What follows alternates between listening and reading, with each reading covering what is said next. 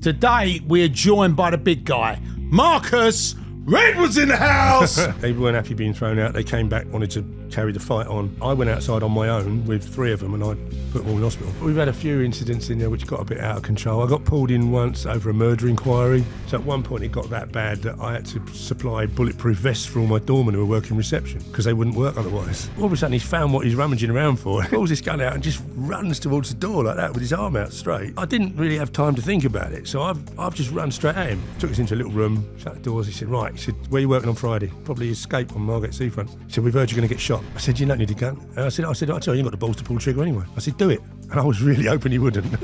All of a sudden he went limp and he died in my arms. I remember someone getting kidnapped and driven around in the boot of a car or something. He was off his head and they wanted to shut him up and they're like, I kept opening the boot up. No, he still went, no, shut him down and drive him around again. So someone's tried to assassinate you? Twice. Was there any more? Or was that? Yeah, just a few more.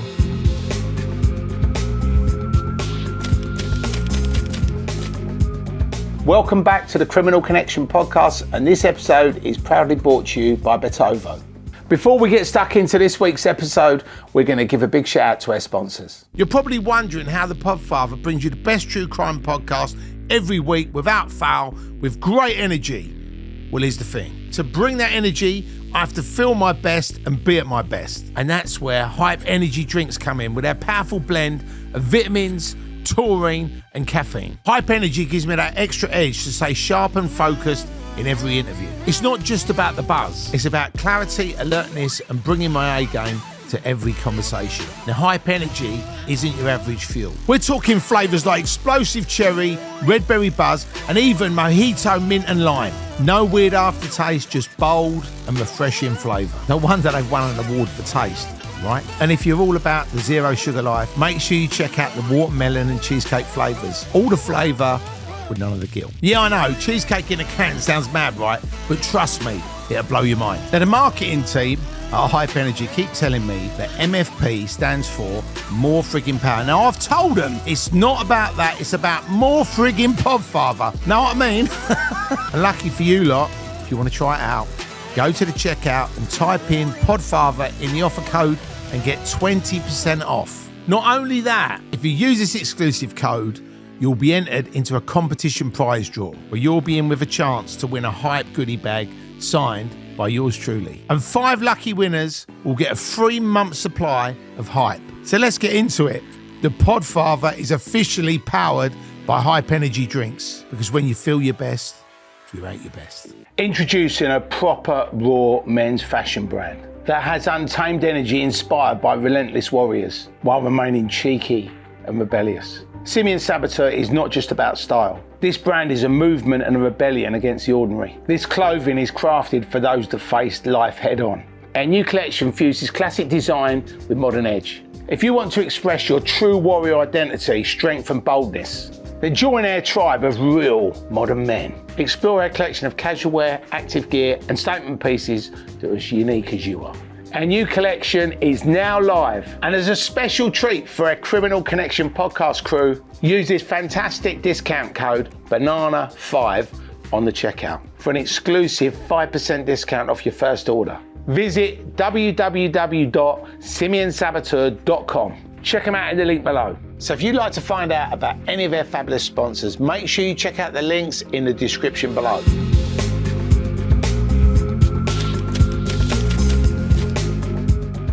Welcome back to the Criminal Connection podcast. My name is Terry Stone, aka the Podfather. Today we are joined by the big guy. I used to know him back in the day as Margate Marcus, but please put your hands together for the UK, probably the world's most notorious doorman, Mr. Marcus Redwood's in the house. Thank you. Thank you. How you doing? Nice to see you, Terry. Good to see you. It's been a long time. Last time I see you, Yeah. I think we both had hair. Oh, we did both have hair, yeah. Yes, yeah, where did that go, eh? In the good old days. Yeah. But Marcus, thank you so much for coming on. You're still over in Kent. Yep. Yeah, still in the same house. Yeah. Oh, are you? I painted it. Oh, what colour have you got it now? It's a cream on the outside and white on the inside, but my wife tells me it's got to be white everywhere soon. Do you know what? Women, I like the idea of having a white house that's clean, but it's a fucking pain in the ass. You've got to keep painting it. You know what I mean? It does look pretty, though. Yeah. Has she got OCD, your missus? Oh, definitely. Right, yeah. okay. Yeah, That's she's a the job. cleaner, but she has a little cleaning job, and she gets up and just puts the Hoover on straight away first thing in the morning. Yeah. But Marcus, obviously, you Google your name, and you've got this tag now. Yeah, it's nice. The Notorious Doorman, the Most most notorious. notorious doorman. Yeah, it's quite flattering, really, isn't it? It is. But do you find that people actually want to sort of challenge you for your thing? Do you? Not so much nowadays. Right. I mean, when I was still, I only retired a couple of years ago. But when I was still retired, you don't look old enough to retire, Marcus. Well, yeah, not old enough to get a pension yet. Probably about 900 years old now, aren't you? Right. I'm sort of semi-retired.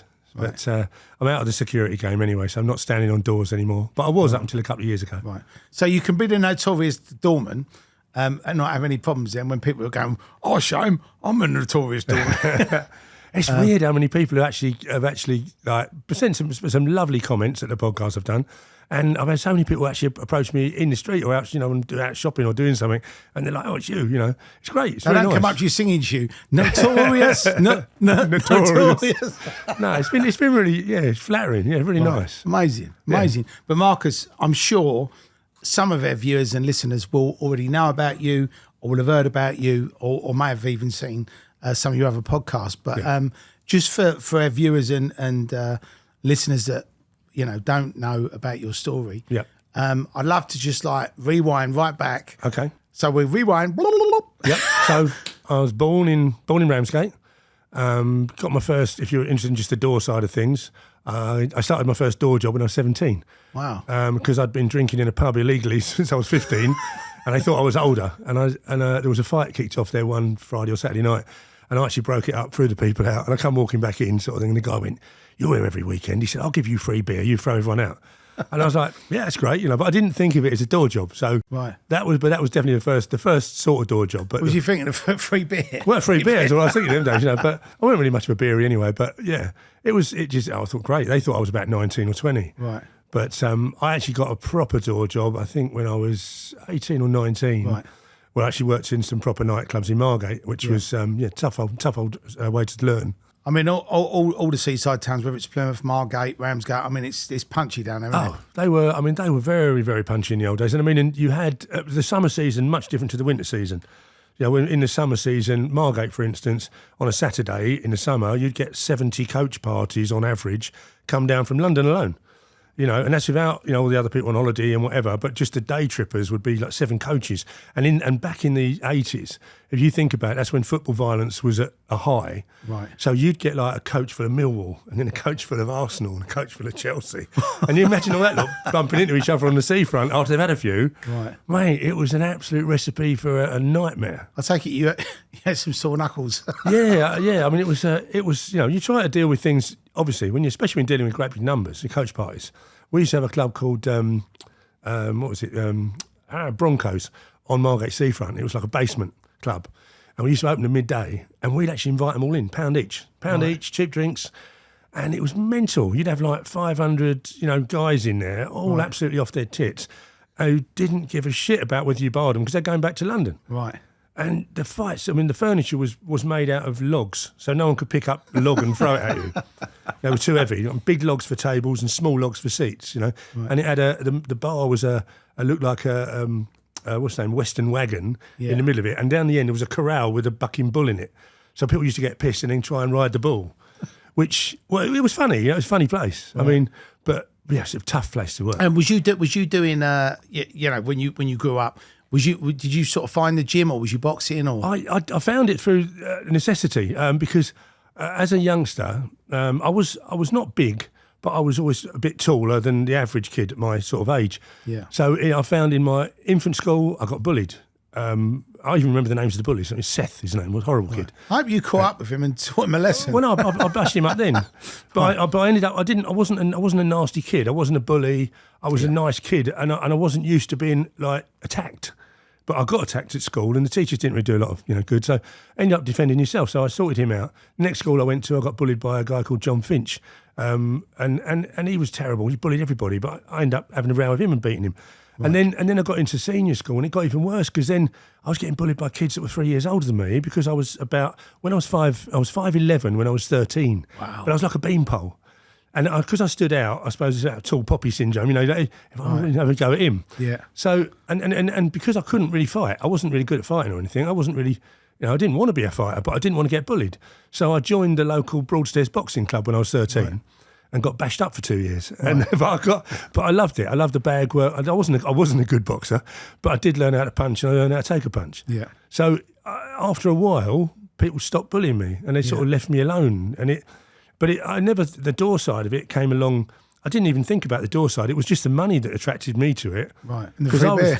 And the free beer. But I was actually, when I left school, I went and got a job on the council and I was cutting trees down. I mean, I was a lumberjack. I was an arborist. So I was doing that job and then I went to the same gym. I had a motorbike crash, broke my left leg in 12 places, 2 months in traction. Come out, like my legs were a bit naff. So I went to a local gym to try and sort of beef my legs up a bit. And I got carried away with the weights and I put 2 stone on the first 6 months. I just went, poof, you know. Yeah. And then because a lot of the doormen trained in that same gym and they're like, you know, come for a drink on the weekend. And then next thing you know, there was a space there. And, you know, so I got slotted in as a junior doorman, really, until a regular space came up. But the money was so much better. And I did Thursday, Friday, Saturday, and I earned the same money as I did all week working on the council cutting trees down. I take it he was like, bye-bye. Didn't take long before I decided to jack that job in, you know. But then I sort of went full-time as a doorman, 6-7 nights a week. And then it wasn't... No, then I actually bought a gym as well. I always wanted to have a gym because I was really into my training by then. And I was quite a lump then. I was about 18 stone. Wow. And I started doing a few bodybuilding competitions. But I had my own gym, and that's what I wanted to get off the doors and go to the gym. But then I got divorced, and that didn't work out. So I ended up in a horrible little bedsit. Like we had to share a toilet with 3 other rooms. Wow. It was awful. But I stayed there for like 2 years. I only needed somewhere to crash, really. But while I was there, I had to plan my escape, and I thought, what am I good at? What can I do? I'm a good doorman. Right. But you can only earn so much money being a good doorman. Yeah. So then came the idea of an agency. And I started the agency with only 6 people. Right. And it took me 6 months before I even got any work. But I went around getting, and I was just about going to give up on it. Right. Then all of a sudden I get a phone call from a guy in Folkestone, had a big club down there. All his whole door team walked out. Wow. And he went, I need 16 doormen for the weekend. And I had 6. And I went, yeah, I can do that. But I did it. And I'd run a good door there. He was really happy. The word started spreading, and the people I worked for, Thorley Taverns, I've worked for them since I was 23. Wow. Amazing company, amazing family. They had lots of venues back in those days, and I was their head doorman. And then after I started my own agency, I then started supplying them with doormen as well. So it grew and it grew, and it grew over a 10-year period. I got up to about 50 staff, which was quite manageable just for me. Yeah. But also could be a bit of a headache. But then I went on one of these motivational seminars, Anthony Robbins in London. He's great. It was amazing. He's great. And I come out and wanted to take over the world. So I come out of there and I was like, yeah, right, big goals. Next year I've gone back 1 year later, I've got 120 staff. Wow. And I've, then I started and I went up the next year and it was 180, 200 staff. And that's about as big as I got, was about 200, I think, in our sort of heyday. Can I imagine that? If I can upset Marcus, fucking 200 geezers turn up at your house. It's a proper size, I mean, I won't say name names, but I hear people talking about thousands of doormen. Yeah. No, I had 200, and 200 makes you a good living. Right. If you're running it properly, but it's a headache as well. You've got 200 people who all think they're the top dog. They're, all alpha males. Right. And it's a tough job to run that. And also, I was a very hands-on boss. I wasn't someone who goes sit at home. If we got a new contract, then that's where I'd be. Right. Until I got the right team in there, I got the right head doorman, the right guys, the right girls. And once I was happy with it, and I'd walk on to the next one. But in the meantime, I would visit. I always made it my thing to try and visit every major unit once a week. So they actually at least got me to come in the door, speak to the head doorman, speak to the manager, right. Make sure everything was running how I'd like it, watch them working, But that's, I mean, for anybody who's watching this that is thinking about setting up a security company, I think a lot of security companies just, especially probably now, because obviously the world's changed a lot since then. But it was important. It was literally like, if you're going to hire staff to run your business, people would think, oh well, the doorman just stands on the door or throws people out. But it's a lot more to it than that. No, if you think about it, the doorman, speaking of from the old days, the doorman, if he does his job properly, he's the first person who meets you. Or he greets you. He should be a greeter. He should be able to talk to people, right, and make people feel welcome and safe, right? He's not supposed to have this reputation of beating people up. Right. The idea is you go to a nightclub, you've worked all week, you've got your money, you want to go out and enjoy yourself. So you want a bit of free time, you want to meet people, you want to socialise, but you want to do it safely. You don't want someone bullying you or chatting your missus up or nicking your drinks or spiking your drinks or doing whatever. Right. So if that guy does his job properly, it's like, evening sir, how you been, blah, blah, blah, can I just check your ID? Run it, do it nice. And also, I think as well, you get that sort of relationship as they're coming in. Yeah. And all the places that I went to where I thought, you feel like part of it, part of the family. Is when rapport. the doorman goes, "Hello, Terry, how are you? Yeah. I'm great, Fred. Oh, new bird tonight," or it'd be like, "I thought you. What's happened to the blonde one? A bit of banter on the door." A bit of banter, and then you walk in and the doorman would walk around and he'd be. I know it sounds weird, but like a celebrity, everyone to shake his hand, everyone to be like his mate, and then they tended not to fucking play up because they knew that. Actually, we don't want to fucking play up because he's a mate. He's a mate, and you respect him, and he's going to fucking ban us and for us, then we can't come. But also, when you've got that sort of relationship with your customers, if someone does, everyone plays up now and again. Everyone has a bad day once a year. You might have had a row with the missus, lost your job, whatever. But if you can go over to them and you've got that rapport already, and you can go, listen, you had a little bit too much, but I want you just to go home now, walk out the door. I'm not going to throw you out. You go. We'll see you next week, all right? And 9 times out of 10, if you give people the opportunity to go like that, they will go. And treat them with respect. Treat them with a bit of respect. Yeah. And you actually make a friend rather than an enemy, But also, if you're approachable, then people, if they see something happening, let's say someone's an argument in the toilets, but you're not in the toilets, but if a guy runs out and goes, quick, there's the doorman, I'll tell him. I'll run out. But if you're not approachable, right, if you're an arsehole, they're not going to come and tell you. Yeah. Well, I've had it before where, in Margate, where we were fighting coach parties of guys with maybe 2 of us. And we were fighting a coach party. And we were not, we were doing all right, but we weren't going to win. Right.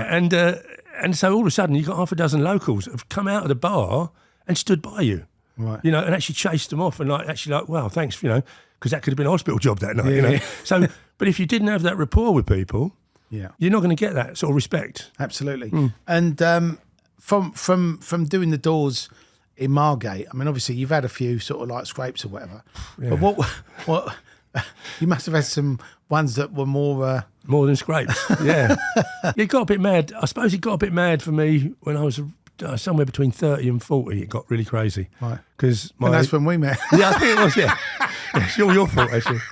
But, when I first started going to London, I used to go there to sort of get away from it all because in my own area, so well known, it's hard to have a night out. It's hard to relax. Right. And because you've always barred someone or thrown his brother out or whatever. And and if it's not that, then they want to come up and shake your hand and buy you a drink, which is lovely. But it can be a bit mad when it's all night long, So I used to love to come up. That's why I met you in London, because I used to love to come up and socialise, get away from that. Normally, it's after I finish work, I'd come up and have a late one up here, party on till the morning. But I used to love it. Yeah, but so what was the question? No, it was just about obviously.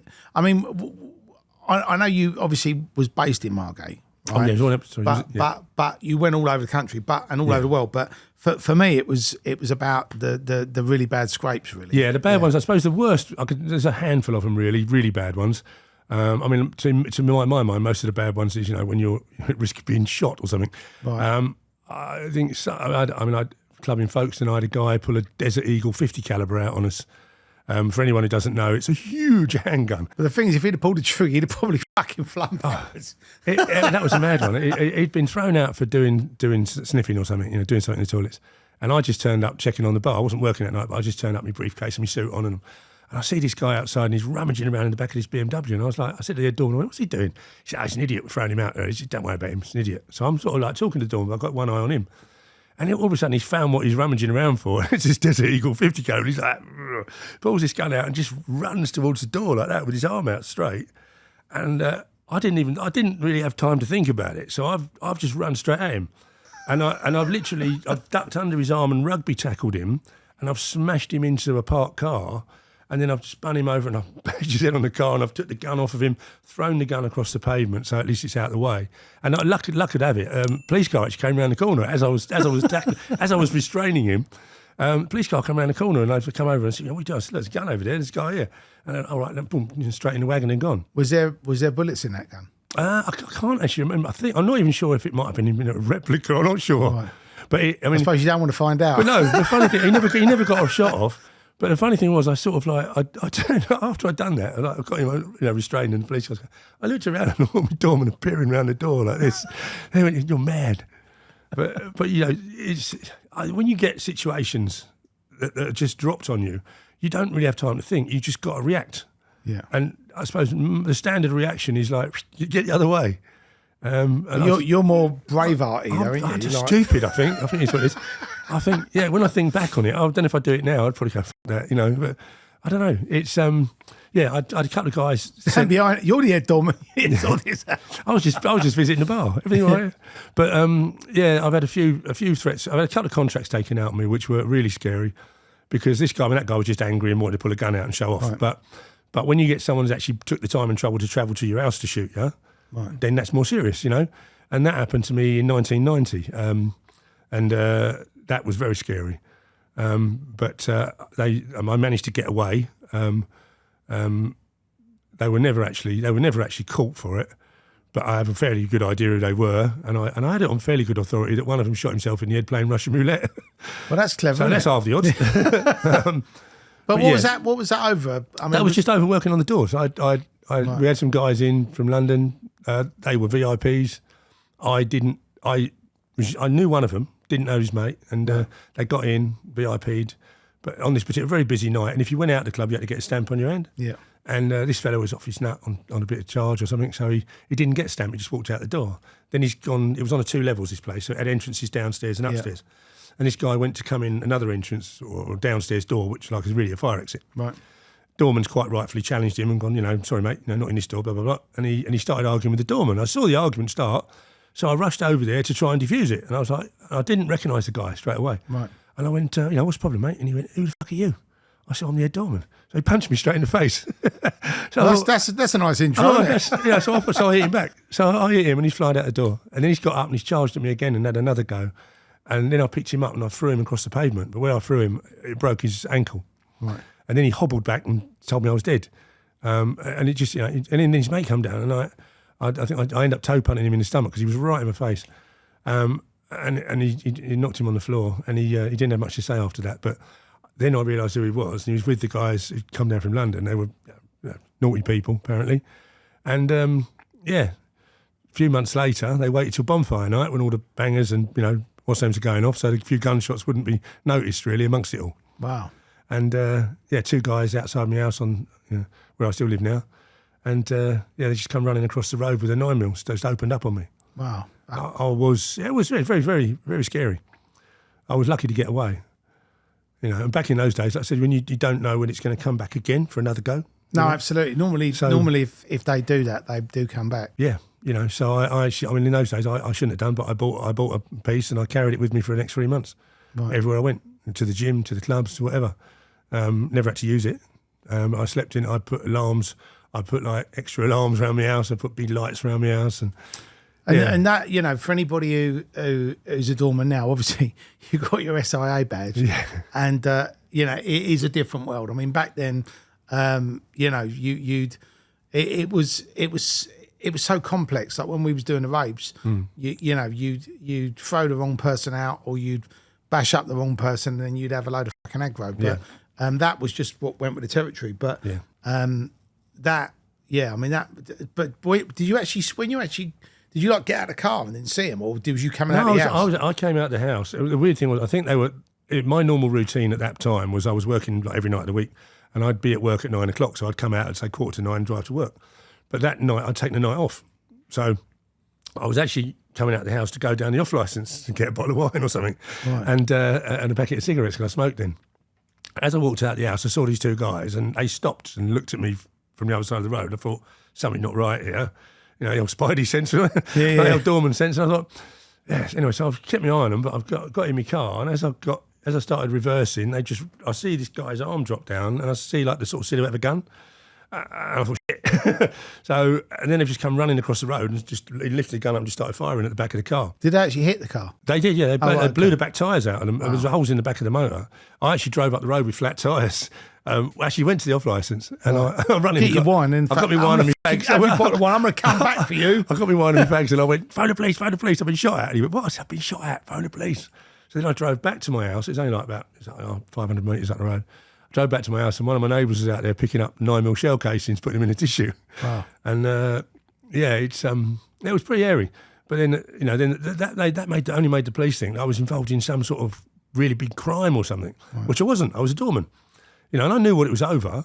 But there was no point giving this name to them because they're going to, knock on someone's door and go, "Did you try to shoot him?"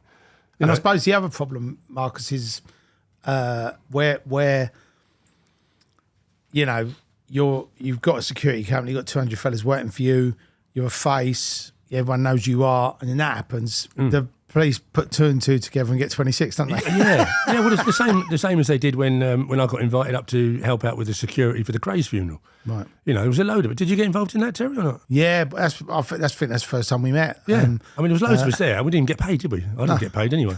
We all got told to meet in the blind beggar and no one paid us. Which was, a bit of a scam. But, that was... The thing is, if you get knocked by the Krays, you can't really do anything about it because they're in jail.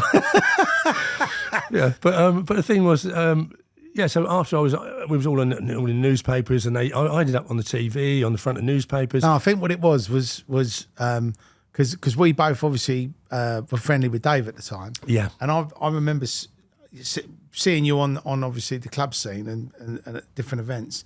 And then when we went, I think Dave said, "Oh, I'm doing a security for Ronnie Kray's funeral."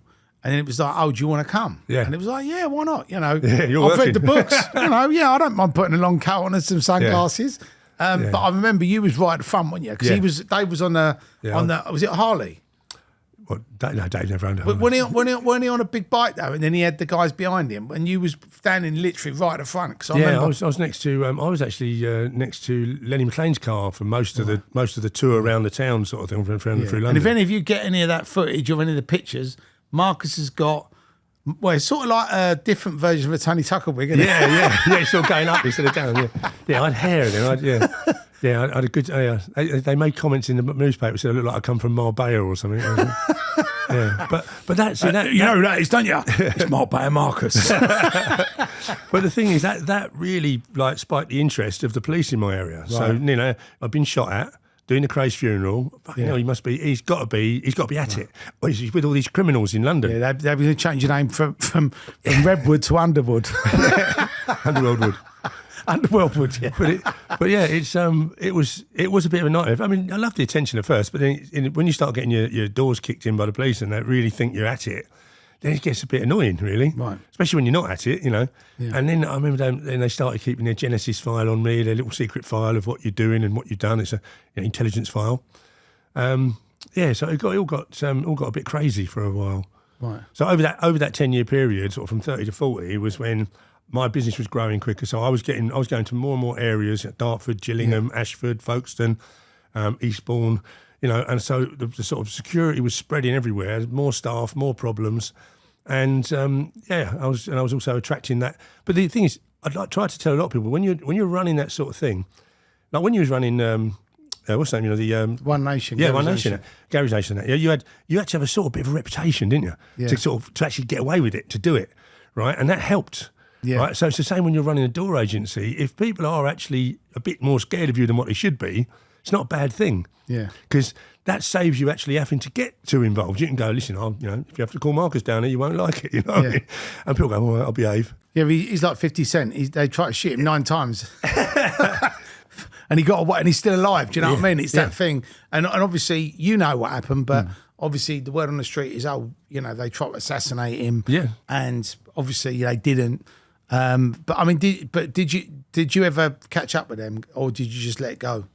I don't know whether it's true or not. At that point, I'd only just made sort of friends with Dave, right, Mr. Courtney, and he said he knew the family and he was going to have a chat with them, right. And they never did come back. So But one of them committed suicide. Anyway. One of them I was told. Yeah, one of them I was told. I hope if the other one's listening, he doesn't bother coming back round again. No, I'm sure he won't. I hope not. Because I wasn't out of order anyway. I've never ever started a fight in my life. Mate, if somebody fucking punches you in the face, I think you're entitled to punch. You're entitled to punch him back fucking 10 times. Because it's a fucking liberty. I mean, why would you do that? I think the story he told his family was that he got jumped on by 3 bouncers and stamped all over and they beat him up, which people would believe. But you do look like 3 bouncers. Yeah, but But people would believe that. If it's your relative, you would believe that. But it's not, it's not always the case, is it? Yeah. And it certainly wasn't in this one. I mean, if he'd have just been calm about it, he'd have just got back in the door. Yeah. But it wasn't, he didn't come back, he sent some other people. Well, other people came back, yeah. Right.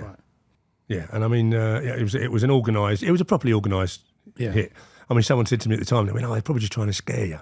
I said, listen, you could have scared me from the other side of the road. You didn't have to run across and shoot at me. You could have shot my windows out and driven off. You don't have to actually shoot me when I'm in the car. Yeah, I was pretty scared anyway. So there's no way you can say it's fun being shot at. It's not nice. No, I mean, touch wood, when I was doing the clubs, people did pull guns out, but we never actually had a thing where shots were fired, thank God. But there was lots of other people that weren't as lucky. There was a few there's quite a few shootings. people around in our time that was got popped, wasn't there?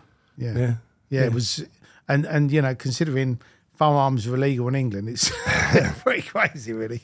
Yeah, it certainly is. Did you have any other? Yeah, and I worked at another lovely place called the Kemsley Arms, Sittingbourne.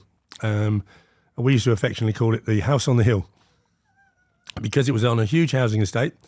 Anyone who knows the place, I know what I'm talking about. You've got a big housing estate, and you've got this one road goes uphill towards this huge pub that holds 800 people. Right. And that is the only pub on that estate. Wow. And so there's only one road in and one road out. The Wild West. It was awful. I think the first night I worked there, a guy collapsed in the pub and I picked him up and carried him out.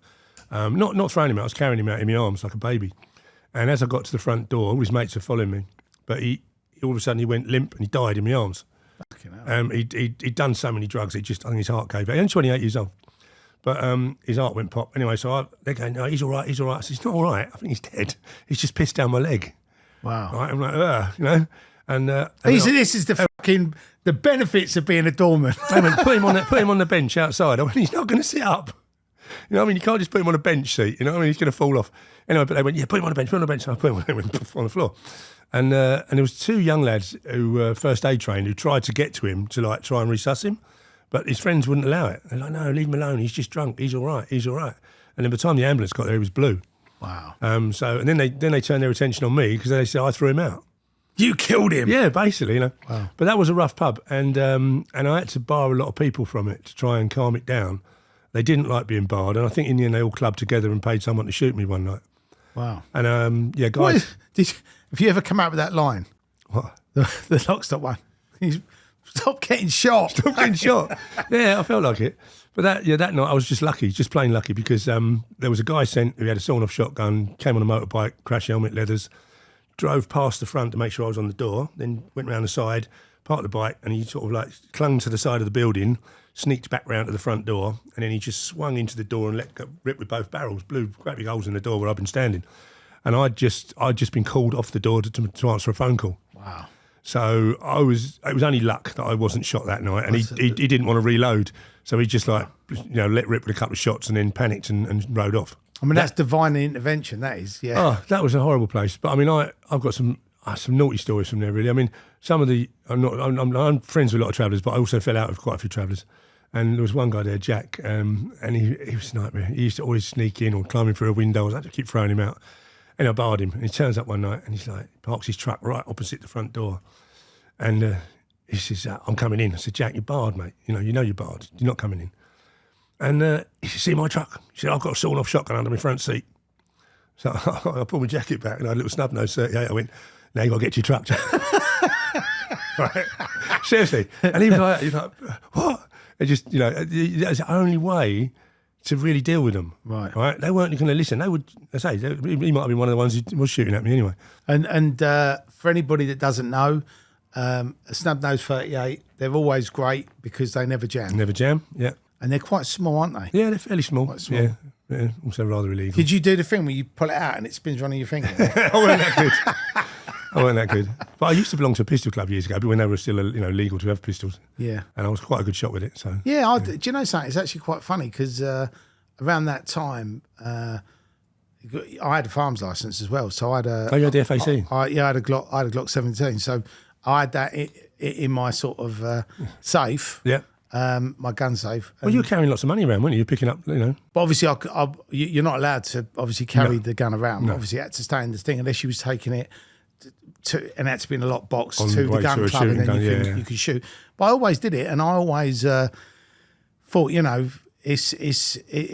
obviously it was, that was before the Dunblane stuff. Yeah, And obviously when the Dunblane stuff happened, they banned them. But it was quite good. Did you have a licence for yours or not? I had shotgun licences, Right. but I didn't have a firearms certificate. Yeah. But I've had it on and off. I've had a licence Right. since I was 15. So have you actually been shooting as well? So you've actually shot shotguns? Yeah. You've been like sort of live shooting? Yeah. I used to do a bit of game shooting and a lot of clay pigeon shooting as well. Oh, do you know something? It's really funny. I don't know what it is. It's something like I started off doing clays, and I don't know. I've always enjoyed shooting. When I was in Vegas, I went on to there's a thing there called Battlefield Vegas. I don't know if you've been. No, I've not been. But you can fire like 50 cals.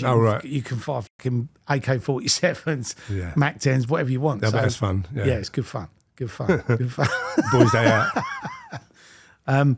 But after that incident with the, I mean, did you come off the door there and then put other people there? Or No. I couldn't do that. I wouldn't do that. Yeah. To me, that was like I'd lose so much face over that. Right. I had to deal with it. I mean, I was shitting myself. I'd go. I'm saying, was it? I was not looking forward to going to work. But that's what I mean. It's like you're going to the Amateurville, the house on the hill, and you're like stuck in this fucking place. You can't really. There's only one way in and one way out. And you got 800 fucking lunatics. I mean, obviously, when like I said, when that place did get settled down, I left it with its own team of doormen, and then I had to go move on to the next venue. But I do remember on one weekend, it might have been a bank holiday or something. Doorman actually rang us up from there and he went, "We can't get out." I went, "What do you mean?" Because we had a fight, threw a few people out, but they barricaded the road, right?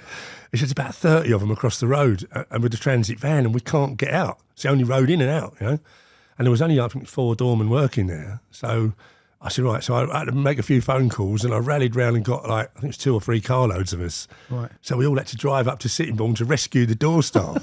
And it was, of course, everyone's got everyone unofficially's got tooled up, Right. So we'd gone up there and we'd gone in. They let us through. We were going into the pub, didn't know who we were, so they let us through the barricade. Gone to the pub, and we'd gone in there and had a drink with the boys and got the full story of what's happened, who they've upset. Right. And then we've gone, right, he goes, right, we're going to ram through them. I went, no, we're not. Right, because if someone throws a house brick at you and you're doing 50 miles an hour, it'll take your head off. Right? We're going to drive through really slowly and they're going to get out of the way. Right? But if it does go, then it goes. We've got to get out and do something. Right. So it worked, weirdly enough. I mean, we're a little convoy of us now. So we've actually gone down through the road quietly and they've sort of parted. And we've sort of gone through. It's like a tense moment, it's going to kick off, is it not? But they actually let us through. Yeah. And then we started getting followed by a police van. And one of the doormen went, "Oh, look, they're making sure we get out of town all right." I went, "No, they're not." And next thing you know, we're all pulled over and spun. Wow. Everything went under the back seat. Oh, right, I was going to say, because, it's a bit awkward when they start patting you down and go, "Oh, what's that?" Yeah, no, everyone was like just putting things under the back seat and hiding it wherever they could. But we did get pulled up and they checked the boot and had a little shine inside and, look, should be having a look with the ones up there who barricaded the... Why don't you have a look at the back of the seat? Wow, that sounds like a mad place. It was, not a lot of doormen wanted to work there, to be honest. It wasn't a great one. Well, I suppose as well, it's that thing. I mean, even back then, the money was shit, wasn't it? What'd you get, £15 an hour? It was, I don't even think it was that much. Well, I was on pretty good money. I was probably getting £20 an hour back then, which in them days was actually really good. Yeah. Most of the guys were probably getting tens. Right. But then I suppose it's that thing, isn't it? When you actually look at the risk versus the reward. Oh. The thing is, that was like 30 years ago. Right. I mean, they're not really getting an awful lot more. I think they're getting less. I think they get £15 an hour now. Oh, it's ridiculous. And you have to have your SIA badge. I mean, I wouldn't have employed anybody with an SIA badge. No, well, this is why most of them. I mean, you get people moaning about the standard of doorman now, but it's not really, it's not their fault. But it's what is, the sort of people who are now becoming doormen would never have been able to be a doorman 20, 30 years ago because you'd have just laughed at them, really. You'd have gone, I know there are, and don't get wrong, I'm sorry, there are some good ones out there still, obviously. Right. Otherwise, wouldn't be able to do it. But there's also the overall standard is not to where it was. Yeah, I mean, the reality is, right, if you're in a bar, restaurant, club, whatever, rave, you are going to attract some unsavoury characters. And the idea of the doorman is that they prevent or deal with those unsavoury characters. And obviously they have to be unsavoury or dangerous themselves. Otherwise, like you said, they're just going to be laughed at. Do you know what I mean? When they come over and say, you got to leave, they go, what are you going to make me? Especially when you look at most of the youth nowadays, most of the youngsters are hitting the gym. Yeah. You know, or they're doing BJJ or something. You know, they're learning how to fight. They're getting, you know, they're taking a bit of gear. They've got big muscles. There's monsters walking in the door, and there's these doormen going, "Oh shit!"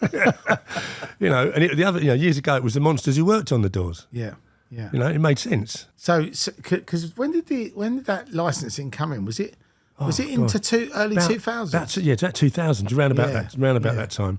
Yeah. It was regional licenses before, like borough licenses.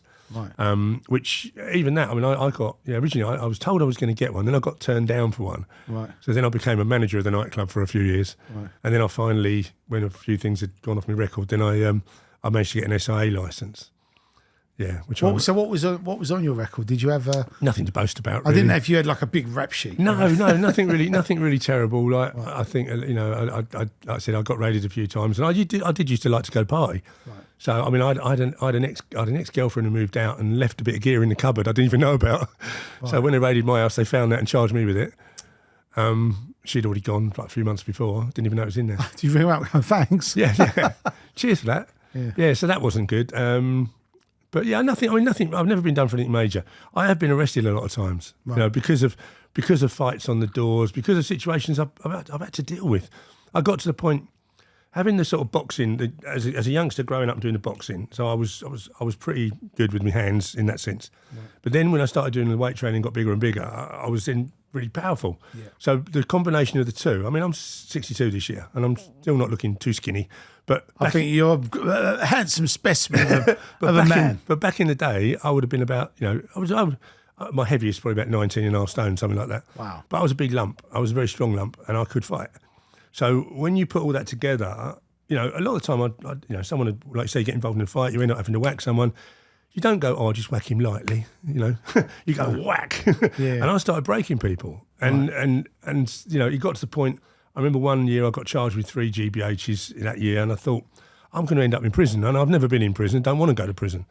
And so I had to change my strategy a little bit. And I had a doorman. Hit him in the body instead. Well, I had this doorman work for me called John Morley. He's an amazing guy. And he was an Aikido instructor, 3rd Dan black belt. Yeah. And I started having private lessons with him over a couple of year period. Never took a grading, but me and my son had a lesson with him every week. And I learned a load of useful stuff. So it was all about, you know, sort of wrist locks and grips and chokeholds and all this sort of thing. And from that time on, really, I don't think I hardly got arrested for GBHs anymore because I didn't have to hurt anyone in the same way. There wasn't, you know, you choke someone out, it was a lot easier. You know, you didn't have to hurt anyone really. You just. Yeah. Well, I suppose as well, if you actually fucking clump somebody and you're 19 stone, I mean, you are going to fucking damage them. Do you know what I mean? Like you said, you're going to break the jaw, break the fucking. Yeah, well, I fractured quite a lot of jaws and fractured a few skulls and it worried me. You know, it worried me. And that sounds silly saying, oh, I don't want to have done it, but if someone's attacking you with like a baseball bat or a pool cue or something, you can't go, just tap him lightly. Yeah, I just use the crunch. Am I using the minimum force here? You know, I mean, you just go, don't you? You go, and you've got to stop him, otherwise you're going to get hurt. So you've been. It just sounds mad saying it.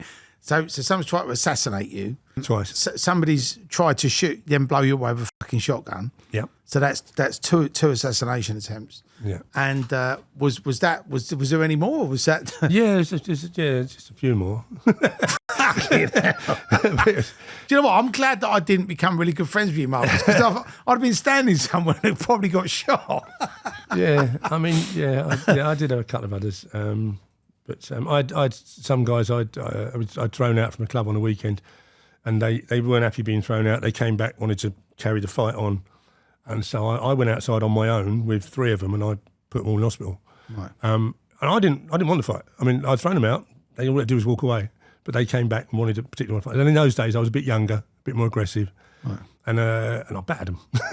And then about a week or 2 later, I'm with my son, and my son was only about 4 years old at the time.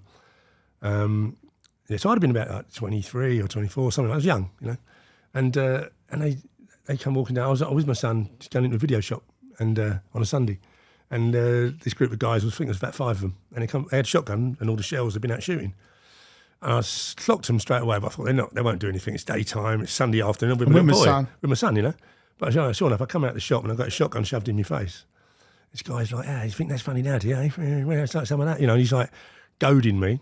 And my son's shitting himself, he's only like a kid. Like someone's put a shotgun in his dad's face. And I'm not trying to get my son back in the shop. I've got this barrel sticking under my chin. And the guy from the shop actually come out, took my son back in. And I went, look, I said, why don't you put the gun down? I said, and I'll batter all of you again. I said, you don't need a gun. And I said, I tell you, you ain't got the balls to pull the trigger anyway. I said, do it. All right? And I was really hoping he wouldn't. Yeah. But I didn't know what to say. I'm not going to go, oh, please don't shoot me. So I just sort of fronted it out, really. I said, go on then, do it. You pull the trigger. Or I'll put that down and we'll have a row. I'll go with 5 of you. Right? Anyway, then at that point, there's a siren and the guy in the shop's phoned the police and they responded pretty quick that time. The guy with the guns ran off. And they didn't take you up on your kind offer. No, but I went and found them. I went and found them a few weeks later, and I only found 3 of them, but the main 3, the first ones, and in their hometown and in their local nightclub, and I tried to take it outside, and that was very personal for me because of my son. Oh, you can't do that because you don't do that in front of your children. Do you know, it's ridiculous. But yeah, I battered them properly that time. I really did, on my own. And they never, ever even looked at me in a bad way after that. If I was walking down the road, they'd cross over, go the other way. I'll be honest with you. I think when anybody crosses that line, when the kids are involved, then it's sort of a different conversation. Yeah, it's just wrong. Does your boy still remember it? He does. I mean, that must have traumatised him. It traumatised him. He was, every time I used to go to work for the next month or so, he would be crying. Right. He said, someone's going to shoot Daddy. Wow. It's awful. I mean, that is scary. Yeah. I mean, for you and for him. I remember, do you remember when, I think it was 2010, 2011, and there was riots in London. Yeah. And the police would just sort of like normally the police would just like bash them up, the riot police, but they were just standing by and just letting it all carry on. Mm-hmm. And a friend of mine rang me from New York and said, what the fuck is going on in London? Yeah. Like if they did this shit, they'd all be fucking shot. Yeah. Right? And I just went, I have no clue. It's ridiculous. And then I said as a joke on the phone to this guy, I said, well, look, when I go to London now, I'm going to carry a hammer in my bag. And if any of them come near, I'm just going to fucking hammer them in the side of the head. Right. And then we sort of laughed and put the phone down.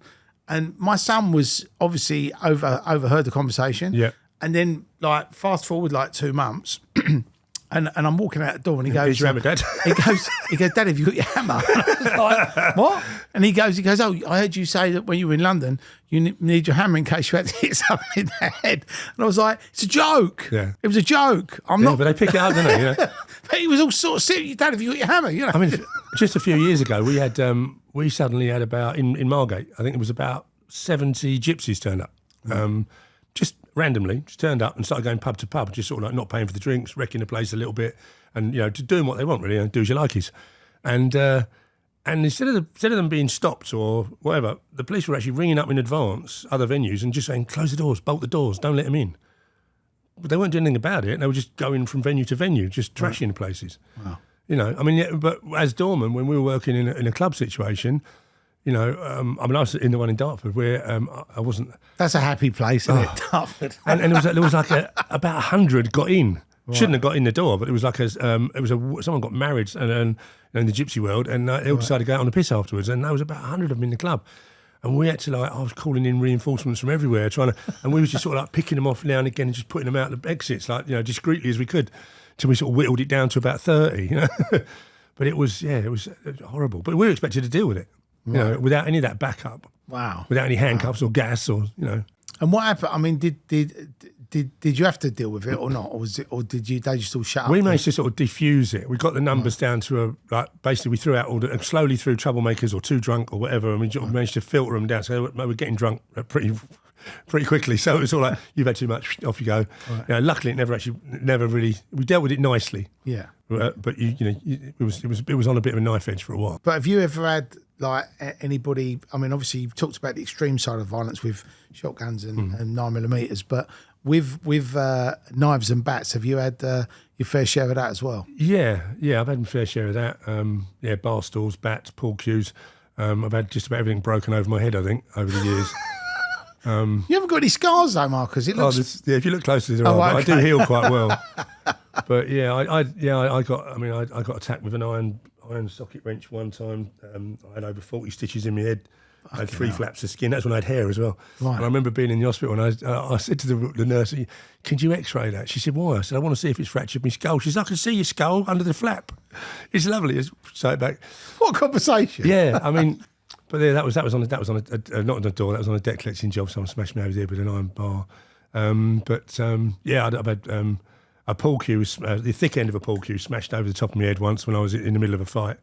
I thought someone hit me. I thought that fucking hurt. Right. I looked up and there's a guy with half a pool cue going, wondering why I wasn't unconscious.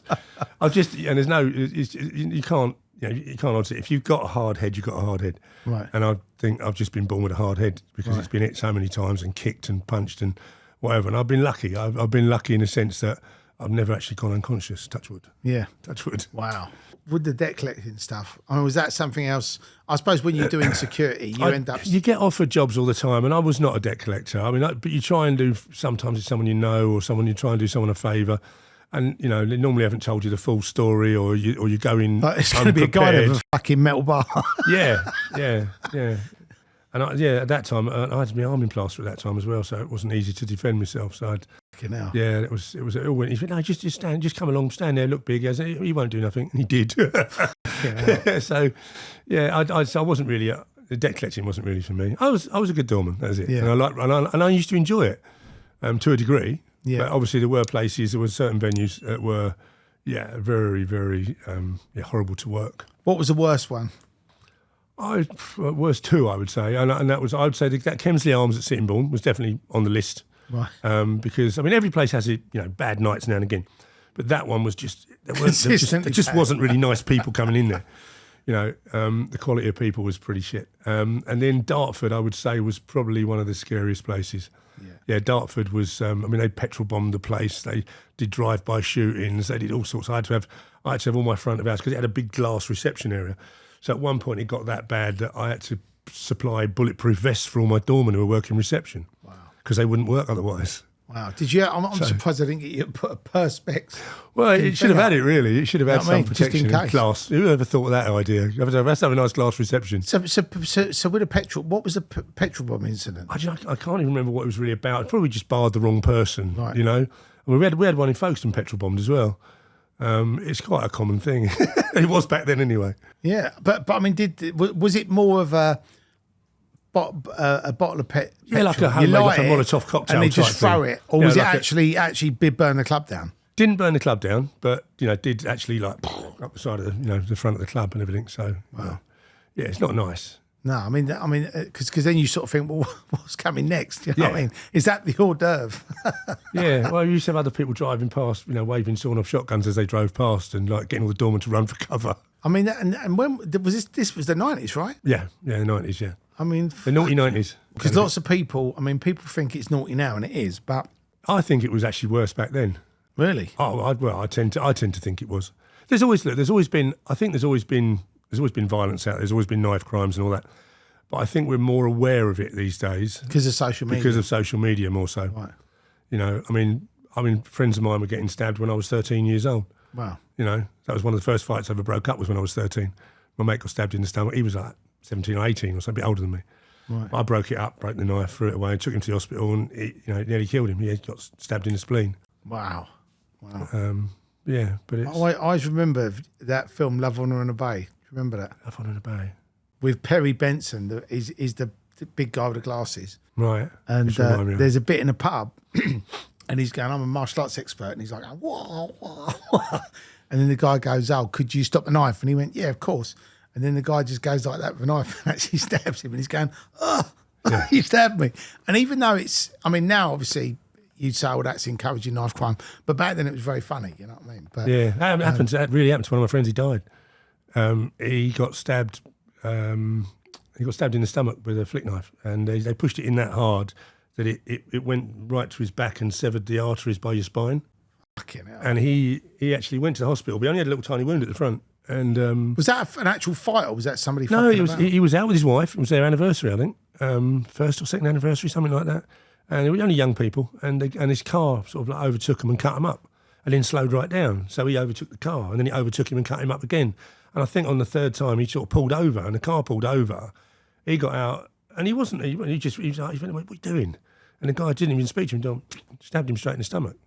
Fucking horrible. And they thought he'd been punched, but when they saw the little knife wound, took him to Margate Hospital, and they were going to release him. They said, it's only a little wound at the front.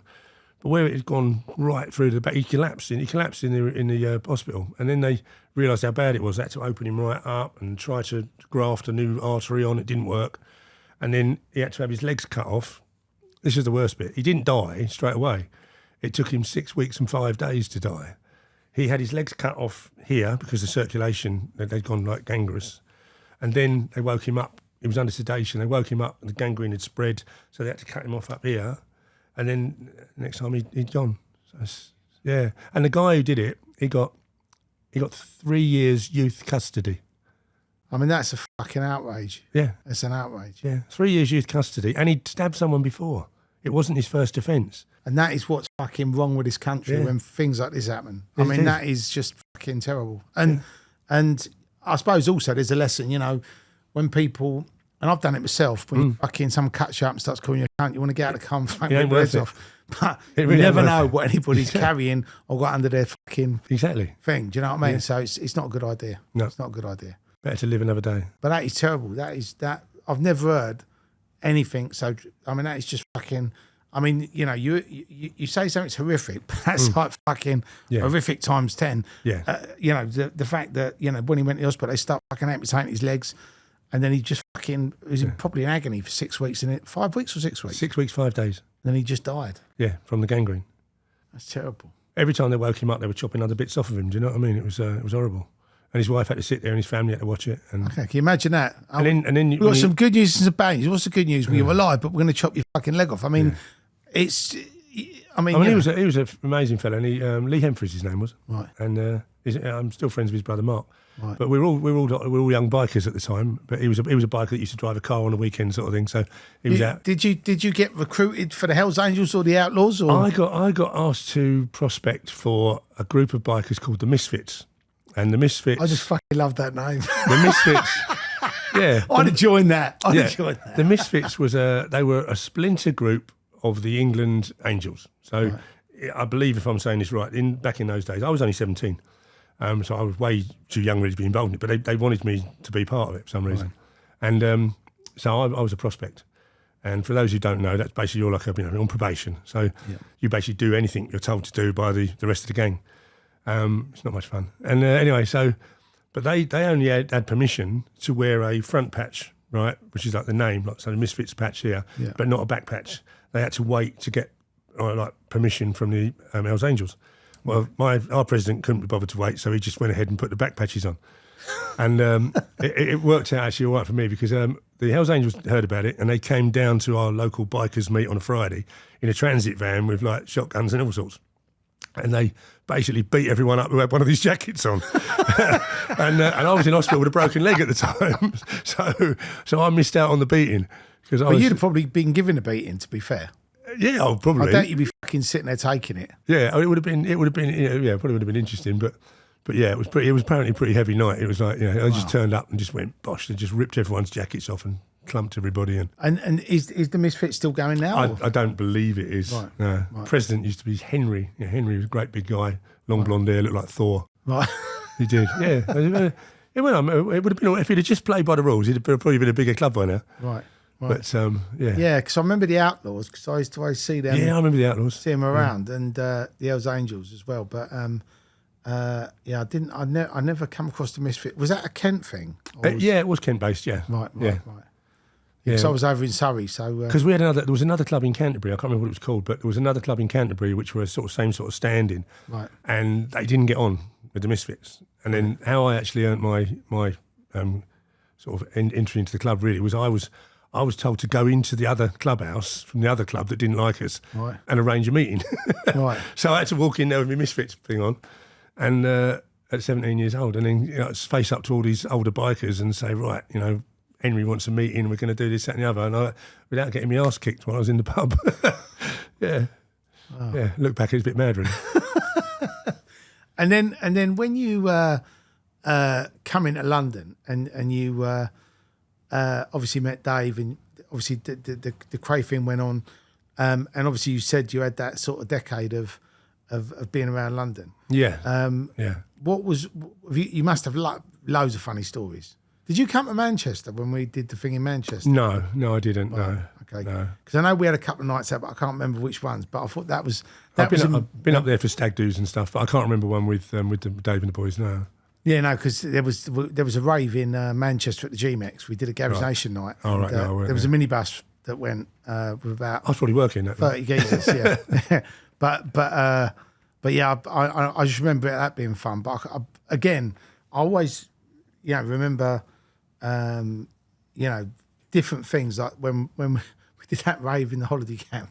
Oh, that was mad. But you must have loads of fun because obviously we talked about some of the door stories. Mm-hmm. But I mean, there must be so many funny stories. Where, Yeah, I mean that one at the holiday park. I mean that was a nightmare because it was, for those who don't know, so it was a holiday park.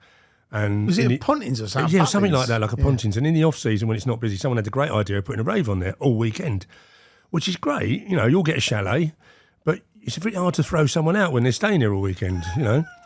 So you had to sort of give them time out. It was a bit like naughty boy, go back and don't come in for 4 hours, you know. Well, and you had sort of like 2 main rooms and a VIP bar, didn't you? Yeah. So, but I remember someone getting like kidnapped and driven around in the boot of a car or something at that one. I think because he was off his head and they wanted to shut him up and they're like, I can't open the boot up now. He still went, no, shut him down and drive him around again. Yeah, there was all sorts of weird stuff. And I had a doorman who I think must have found some product and done too much of it. So he was like hyperactive. We had to go and give him a timeout as well. Yeah. Oh, every time you went out to him, yeah, it was like that. Yeah, I'm fine, I'm okay. No, you're not okay. You're flying at a million miles an hour, and I can't have you working like that. But I did have to choose. I chose doorman. I had to put about 25 staff on that, and I chose doorman who, shall we say, had empathy with people taking ecstasy. Right. Because you had to. I mean, there's no way you got an all-weekend rave. Yeah, people are going to be. It's going to go on. Yeah.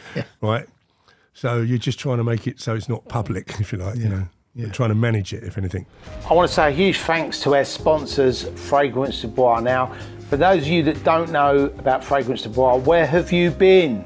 It is one of the leading luxury fragrances, only available in Harrods, Selfridges and Neiman Marcus in New York. They've got so many different fragrances for men, for women. All of the fragrances are unisex, so make sure you get involved and sample the delights of Fragrance du Bois. For all the Criminal Connection podcast crew, we've got a special discount for you. 10% off. All you need to do when you click on the link below and choose your luxury fragrance is to put in CCPOD10 for the 10% discount. I mean, with the drug stuff, I mean, obviously in the 90s, it was it's still a problem now, but it was a big problem then with people bringing drugs in, selling drugs, doing drugs, people obviously having a bad reaction on the drugs. Yeah. I mean, did you have any bad reactions at any of your places where you've had to... Well, me personally? No. But just where someone took too much or... Yeah, of course, yeah. I mean, that weekend, it was a good example. I mean, because, like I say, people were there for a whole weekend. And we'd see people in the corner. If we saw anyone distressed or out of it too much, we'd get them, we'd take them to the first aider. We wouldn't just put them back in the chalet because you don't want someone like ODing and dying in the chalet. So that's what I'm saying about, sort of having some empathy for them. So you try and take someone, to the first aiders, give them a drink of water, try and talk sense to them, find their friends, try and find who they're with. When you're trying to talk sense to them, they just go, I love you. Yeah. You're my favourite doorman. Yeah, sometimes. You're my best friend. You're like, no. Yeah, it was a bit of those sort of days, wasn't it? Right. It was, yeah. But I used to love working the rave scenes. Yeah. It was a lot friendlier to work. Yeah. It's a bit mad, but it was friendlier. I mean, nowadays it's more everyone's all cooked up. Everyone's got an attitude, and the music's more aggressive. And do you know what I find mad? Like now, even if you walk into a restaurant, people are fucking stiff. Like you literally sitting there eating your food, and then someone walks out the toilet, stiffing away and fucking giving away. Yeah. You're like, what? Why are you doing this in a restaurant, mate? No, do you know what I mean? It's just you're not don't make meal, any sense. are you? It's weird to think that in the 90s, if people took coke, it was weird. It was like, fucking hell, that guy's on coke, because it wasn't an everyday drug. No, but it wasn't. It seems to be, I don't know why, but it seems to be now, it's either weed or cocaine. It seems to be it's a drug of choice, isn't it now? And I think that people do this MDMA stuff in the drinks and all that, but I've never been into that. But I've seen people I said the 90s, I think, were the sort of 90s to 2000 was a fantastic era to have been around. Yeah. Many funny nights.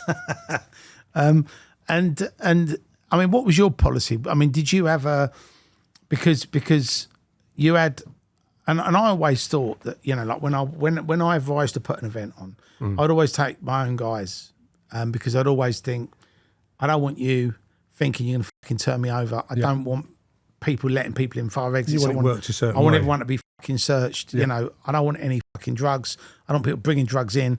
But what always made me laugh was we had these metal detectors, and it was literally like fucking strip search. When you walk through, your shoes are off, people fucking grabbing hold of you, fucking, you know, it was a proper search. And then you go in the rave, and there's 3,000 people, and they're all off their heads. And you're like, how the fuck can I get it in somehow? How the fucking getting it in? But the thing for me was, I always had that thing where I'm putting the event on. I'm not on that side. Don't know anything about it. No. And for you, I was the same. I didn't want to be part of that at all. No. I mean, it was. Look, I'm sure you must have been offered it. I was offered it. I had people approach me and let me deal in your pubs or clubs, or you want to be part of this? No, I never did. I really didn't want to be part of that. I used to like to go to a party afterwards. yeah, of course. Listen, But we all. I think the only good thing for me in that period of time was because I was putting events on. You get conditioned, don't you, to being awake all night. Yeah. So you know, if I'm awake at fucking 12 now, that's an odd fucking occasion, right? Yeah, but back me too. then I'd be up till 6, 7 in the morning. That was normal. 4 or 5 nights a week, and it'd be normal. And if you went somewhere, you wouldn't be like, "Can I go out for work tomorrow?" Because you didn't have any work. That was your work, right? Basically nocturnal. But I think you had to have, and again, I think it was a young man's game. Do you know what I mean? When you're in your 20s or 30s or 40s, it don't matter. But when you get 40 plus, then you're fucked. You know what I mean? It's like having a bottle of wine now. Do you know what I mean? You wake up the next day and you feel like you've had, feel like you've been run over. I want to be getting ready for bed at 9:30, 10 o'clock. Get your slippers out. And obviously, I remember when we met. You had a big thing about Thailand as well. Yeah, Well, when I was about, I think I went there when I was 37. Right. Fell in love with the place on a little holiday, and I kept going back there for holidays. And then I think by the time I was 40, that's when my business was making a fair bit of dough, and about 200 staff. And so I started investing. I was putting 100,000 a year into Thailand. Right. So I bought a load of houses. I bought 12 houses out there. I had a house built where I live still, just outside Pattaya. And my plan was actually to retire out there at 50. That was my 10-year plan, if you like. Yeah. But it all sort of changed. You know, the country changed a little bit. I divorced my second wife and married my third wife. So you're your third one now? I'm my third one now. Wow. Third time lucky. Yeah. Yeah, she's lovely. Rung the Park, give her a little shout out. Yeah, she's amazing. Really nice person. Very hard working, very nice. And we run out there. I've been doing charity work out there for 20 years. Right. So I love doing all that. I'm still doing that with my big guy charity. What's if you want to tell everybody about that, because obviously at the moment people may want to donate or support. At the moment it has a Facebook page, so Big Guy Charity, just put that in and it'll come up. But what I'm trying to do at the moment, I'm trying to set up a foundation in Thailand, and I've got another guy who's just done a website. So I really want to get more involved in that now. I'm sort of more retired. I want to try to, so it's more than just a hobby. It'll be more of more of an interest. And what's the money used for? Well, we don't. There's no profits taken out for starters. Right. So it's a non-profit organisation. Anything I raise or get donated goes to spend on underprivileged children, schools, orphanages. Amazing. So we do bits and pieces all over Thailand, up in Chiang Mai, Chiang Rai, down in Pattaya. This year alone, in March, we took out. We have what we call a kids' day. We took out over 500 orphans. Wow. To the beach for the day, because they don't get days out. They get locked up the weekends, in the schools. So we bust them all down there, and we put all the food on, the drinks, the ice creams. It's lovely. It's crazy. It's lovely, really, really lovely. And I've been doing this sort of thing for like 20 years. And I've never been to Thailand, but when you say orphans, is that a normal thing out there? Is a lot of people? There are a lot of children who just the families can't look after them. Wow. So they either give them away or don't want to, so they just got to get chucked into orphanages.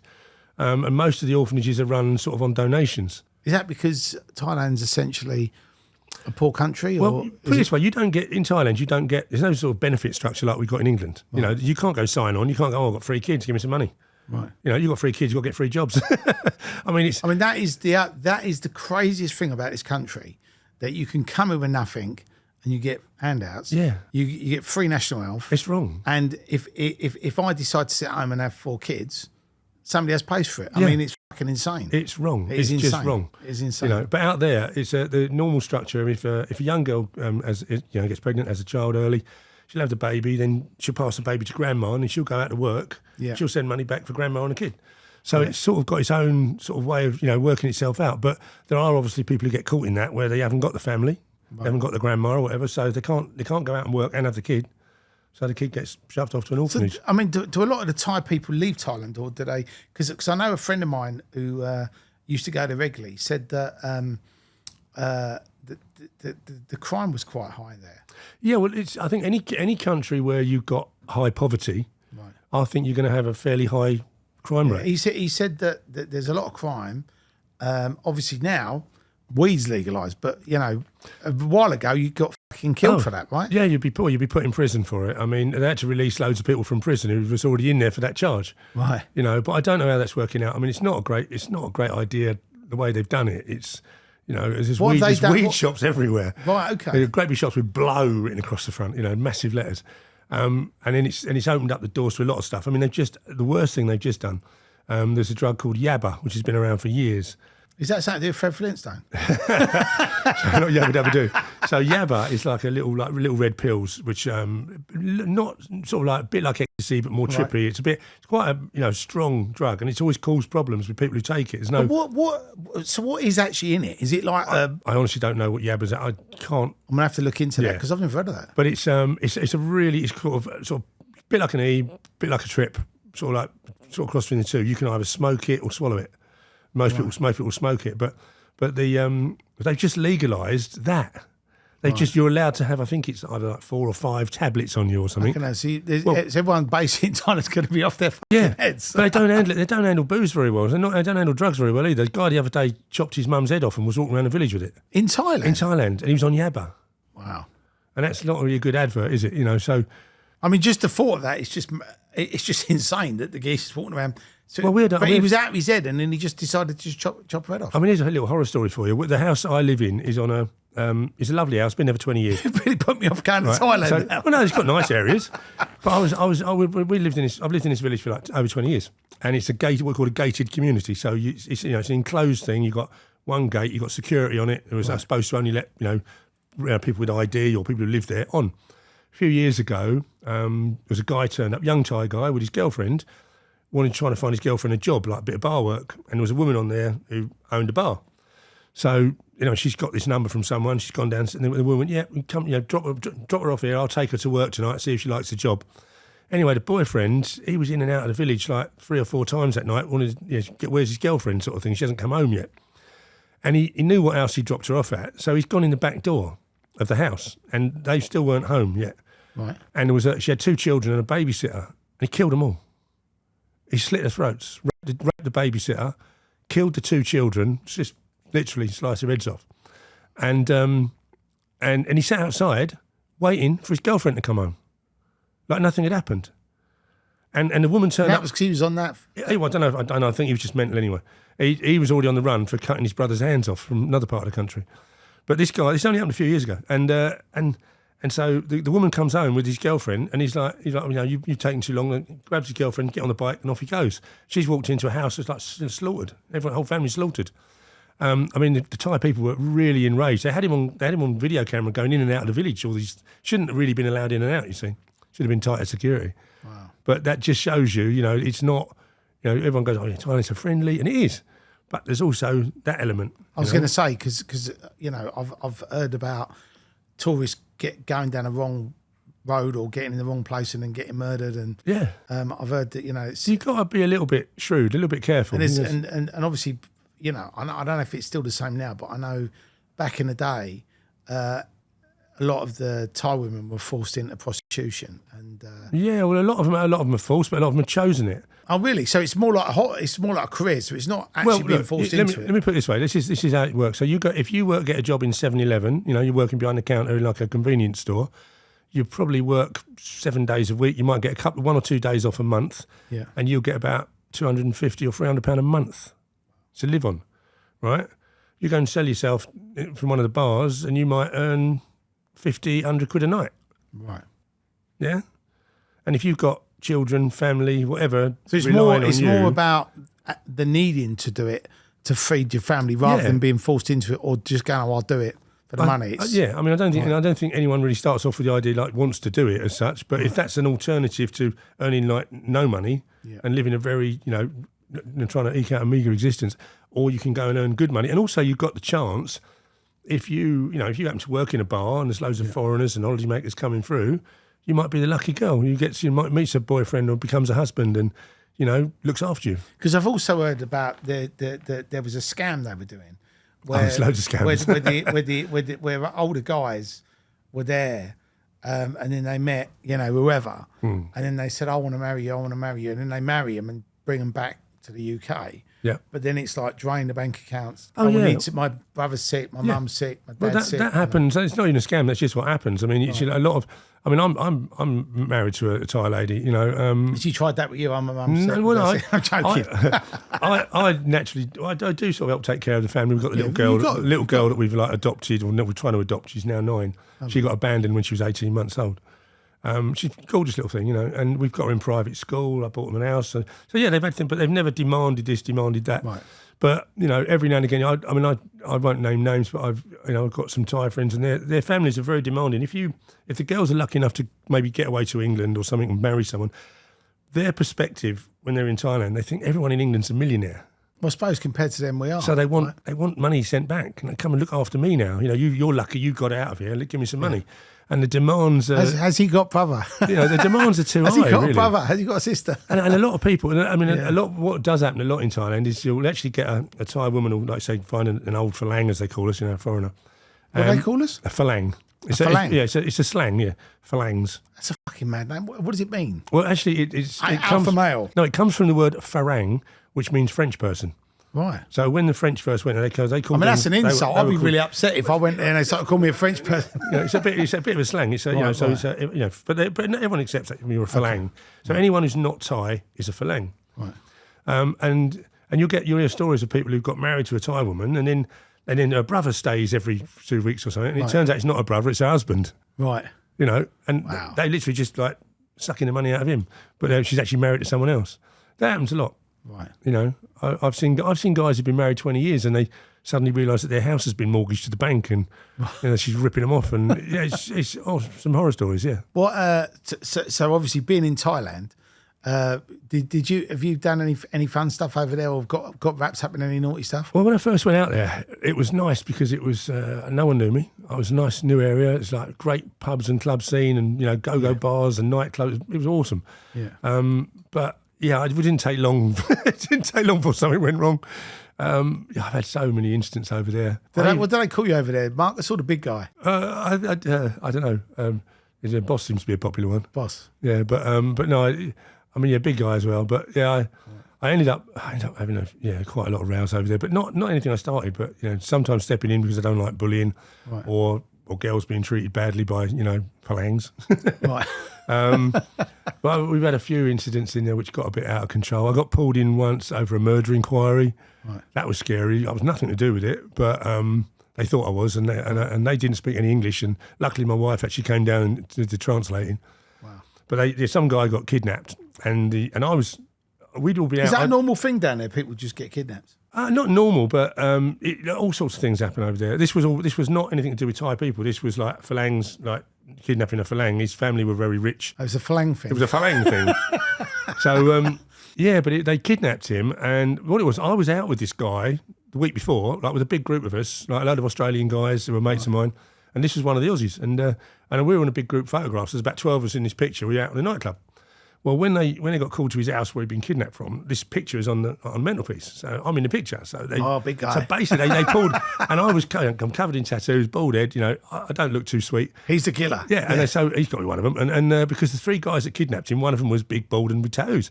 So of course, to them, we all look the same. You see? Right.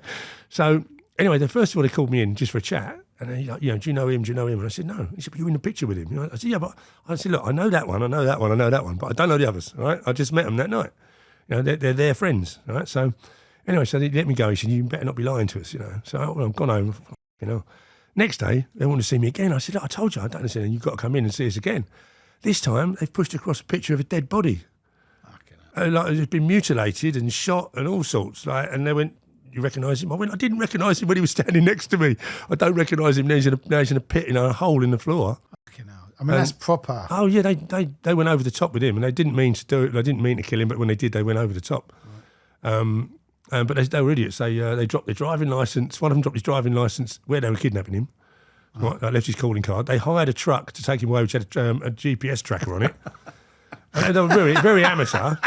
I mean, they would have got 250 quid on Britain's Dumbest Criminals. Mate, they literally went and dug a hole out in the field and put him in a body. But they drove the truck there, which had it stopped here for an hour, and then drove off. So they went straight to the body. But it was a sad thing because the guy apparently was a nice guy. He was good friends of mine. Right. What was it over? Was it? They literally his family were apparently K-code. Had loads of dough. I think he was part of the Hells Angels in Australia. Right. And but these other people kidnapped him, thinking they were going to ransom him and get him. And it didn't happen. Wow. And he ended up maybe putting up a fight or something, but they ended up killing him. Wow. Yeah, horrible. When kidnappings in Thailand go wrong, but it's a bit scary. You don't want to get banged up in a Thai prison. I mean, it doesn't sound like a good fun. No, it's. The thing is, over there's a lot of things they do. Like for instance, people think they got it hard here. They do what they call piss tests over there. So I've been in a nightclub before, and all of a sudden, the army or the police will turn up and barricade it all in. You can't get out, and they will piss test everyone. Got any drugs in you? You're going to prison. Wow. Yeah. Wow. So you don't even have to have them on you. You could just have it. No, it's just in your urine. Wow. And they don't tend to do it. Certain clubs will bribe the police and pay them to stay away. Right. But then certain clubs might not pay, so they'll get raided. But they'll pull Thai people off the street and check you just randomly. But the drugs that are allowed. Now are weed. Yeah, now and yabba. Yeah. What about other drugs or not? Or no, I mean, ice is a big one over there. I suppose ice would be equivalent to the crystal meth. That's the stuff they smoke, and you wait for like 3 or 4 days. Oh yeah. I mean, I don't get why anybody would want to do that. I mean, Doctor who tried it. Have you been on it? I did years ago. Yeah. What did you think of it? Oh, it's very addictive. Right. Very addictive. Because someone told me, and this could be fucking bollocks, right? But someone told me that when you do it, if you do too much, you can actually feel like there's things eating away at your skin, and there was a picture of somebody before and after, like they were normal, then they got hooked on it, and they look fucked up with their teeth are gone, all their cheeks are all over, their eyes are fucking all over. Yeah, they look like skeletons. Yeah, there's no happy endings on it. Right. It's not it's probably it's on par with a sort of heroin addiction, really. And the worst thing about it is it's, when people go out and do a pill on a weekend or do a line of coke and you have a good night out, you don't wake up in the morning going, I need some more of that. Right. Right. But that drug you do. So, and what it is, the longer you stay on it, then the longer the come down is coming off of it. Right. So you're talking about to come off of, if you've been regularly smoking that, it will take you. Is that how they do it? Smoke it? Yeah. Right. Yeah. It will take you like 2 weeks of come down. Right. So that's why people get so addicted to it, because most people can't last for 2 weeks. Right. You feel so shit for 2 weeks. Imagine waking up every day and just feeling crap for 2 weeks. It sounds like something that everybody should try. Right. It's genuinely, it's just like I don't. There's things in life I get, and there's things that I don't get, and I've never understood why anybody would want to take that or heroin. I don't. Well, look at these drugs in America. That spice or whatever it is. Is it spice? It's in the prisons here now, isn't it? Yeah, I've seen it. But I mean, it's just, I've seen videos of people. Yeah, I mean, why would you look at that and go, I need some of that? Yeah. No, it's mad. Not. Yeah. It's mad. So and then what would the I mean, if they had caught you and you'd had some drugs on you, is it a life sentence or? No, you've got if you can pay someone straight away, right, you probably buy your way out of it. And the earlier you can pay, the cheaper it'll be.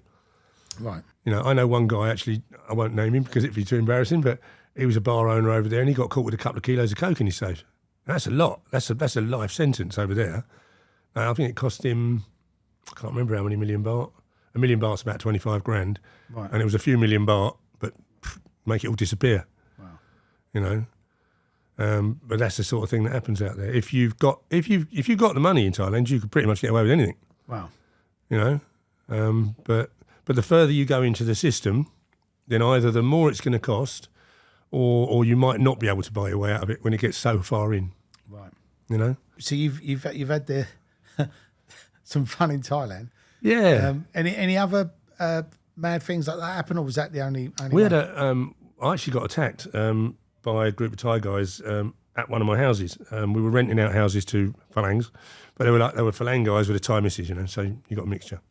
And this one guy, Aussie guy, Australian guy, and he was only like a couple of doors away from my own house in the same street.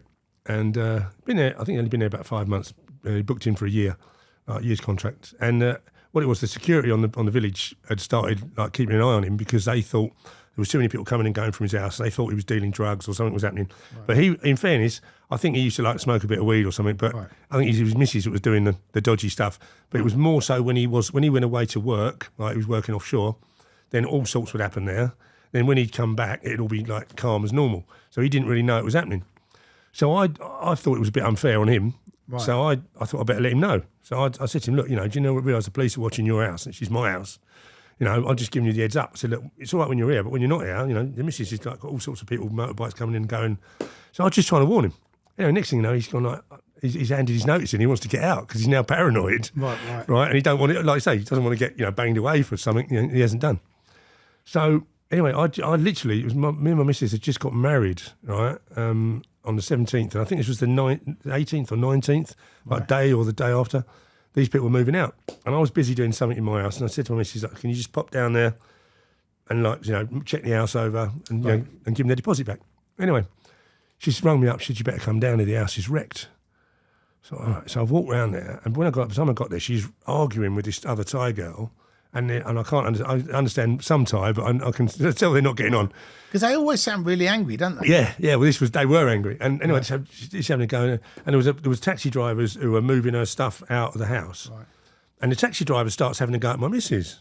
I thought, hang on a minute. I mean, you're not a tenant. You haven't rented the house. Why are you having a go at my missus? You know, it's our house. Did he speak English or not? He didn't speak a lot of English, and he wouldn't leave when I told him to leave. Him and his mate was like standing there, and I think I must have pushed me missus or done something anyway, but I grabbed him and his mate, and I went, listen, you can get out of the house. So I've dragged them out of the house, and then they started resisting, so I've slung them across the front garden. And anyway, they called their mates. And next thing you know, a group of guys had turned up with hammers and iron bars and all sorts, right? And they punched my missus straight in the face. Wow. And decked my missus, and I'm just gobsmacked. I'm trying to protect her. Someone then has like hit me over the head with a bar or something, and I've gone over a scooter that was on the driveway, a little motor scooter, and then I've got 5 guys jumping up and down, stamping all over me. So I've actually managed to get back to my feet. That's it. One of them hit me around the head with a bottle, and it nearly took my left eye out. I couldn't see properly for about a year, and but it cut there, and I couldn't see anything at the time. It was just blinded me.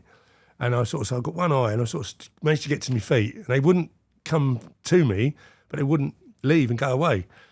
So anyway, the best man at my wedding a couple of days before was a guy called Nick Carrow, who was like Australian's K1 champion. Right. And he just left my house. So I've rung him up, and Nick, can you come back? I need a hand. Yeah. So he's come back, sitting straight at me, and he's just steamed into him. And he's knocking them for 6. And he give one of them 17 stitches in his face. I mean, they're fucking dirty bastards. 5 of them turning up with bottles. And attacked my missus first. And then another one turns up with a gun. Oh. Right? So it really started to escalate, you know. But anyway, the police have finally turned up. And the police have said to me, you've got a red box. I went, what? And apparently I found out afterwards, if you've got a red box, it means you're paying the police for protection. Right. So if I'd had a red box, it'd have been their fault. But I didn't have a red box, so it was my fault. Wow. So this is some Criminal Connection podcast advice. If you're in Thailand, get a red box. What do they cost? I don't know. It depends on the police. But okay. So you pay a little bit every month, and they'll come and sign in there every, you know, like, and if you call them, they're on your side. Right. Anyway, I didn't have a red box. Didn't know about it. But anyway, so I've gone to hospital. The other Thai guy's gone to hospital with his stitches in his face. I've had to go and get my eye checked out and stitched. And then we've all had to go and meet at the police station. And they've took my passport off me. And that must have been scary because you're probably thinking, I'm going to get stitched up here. Well, the next thing is, right, they want like 100,000 baht. They want They want me to pay 2,500 quid for being beaten up in my own house. Right? Well, you can't make it up, can you? I mean, what? I'm like, no. I know, oh, well, you'll have to stay here and go to court then. We're not giving you a passport back. You can't go home to England. You know, you're on remand, basically, you know, sort of thing. You're going to stay here, you're bailed. And so we was in the police station all day arguing the toss about this money. I think in the end we whittled it down to 50,000 baht, which was at the time like, about 1,250 quid, something like that. So I had to pay it. Wow. You know, which was, it really pissed me off because we hadn't done anything wrong, you know. But yeah, that was actually the pivotal moment when I decided to sell the houses in Thailand. Right, sure. Because I thought, how can I retire here if that's the law? I'm gonna get beaten And up I'm and not, shot. and I wasn't as old then. I was quite a game at the time, so I was having to fight back. But you know, if you're going to retire there and you're going to be 60, 70 years old and you're going to get jumped on with iron bars over your head, you ain't done nothing wrong, and the police are going to go, "That's all right, you got to pay for it now." Yeah, here's a bill. Yeah, you know. So I thought, yeah, bollocks to that. I'm selling. Do you think is it still fucked up there, the law? It's always going to be fucked up. Right. There is such a level of corruption. It's ridiculous. But it's nice to go there on holiday. But It's lovely. It's a lovely place to go on not to holiday. retire. But don't keep your head down and just enjoy your holiday. Right. Don't get dragged into anything. Do not fight with a Thai person. Right. You fight with a Thai They can person. fucking have it as well. Oh, I've seen no. some of them Thai boxing videos. You know, some of those are good, but the average Thai bloke's not that clever. But the thing is that when they drink, they'll get leery. But it's better to walk away. Trust me. Right. You know, I mean, I had another one. I was in a bar one night with my missus and another couple. We'd been out for the whole night. It was the last stop before we went home. A place called Casino, busy little bar, and there was a load of Thai guys in there on the piss, and they started grabbing my mate's missus and being cheeky with her. And my mate actually is a really lovely guy from Holland. He's a barrister, but he's a great big lad. He's 120 kilos of him, right? In pretty good shape, and he's also an MMA fighter, so he can have a row and he knows the law. Right. But he was not Handy having. guy. He wanted to. He did not take kindly to what these Thai guys were saying and doing to his missus. So my missus actually has gone to the toilet. Like, everything was cool when she went, right? So when she's come back, there's bottles flying and people bashing each other and everything, like. And I'm trying to calm it all down. I'm trying to get in front of these Thai guys and I'm not trying to fight with them. I just want to try and calm it down because I know. And there was the amount of money they were spending and the stuff they were wearing. They were like rich Thai guys from Bangkok who would come down for the weekend. They've probably got connections with the police, which basically is the mafia. And my instincts were right. And my mate was going, no, come on, let's have it. You know, I went, no, Roy, leave it. Let's just get out the door. Let's just get back out of here. If we can get out of here without getting anyone nicked or we've done all right. And as soon as we went out, they kicked off with the security in there. And in the end, the police were called and the army were called. I mean, it was in the newspapers. It was a proper riot in there. Right. And I managed to get us out of it. Yeah, otherwise you'd have been wrapped up in all that. You'd have been wrapped up in the middle of all that, you know? And they were rich kids from Bangkok, and they did have, police in their pockets. You know what I mean? Rich daddies and that. So it's the money rules in Thailand. My money rules, 100%. Yeah, 100%. You got the money, you can do what you like. I've always wanted to go to Thailand, but It is.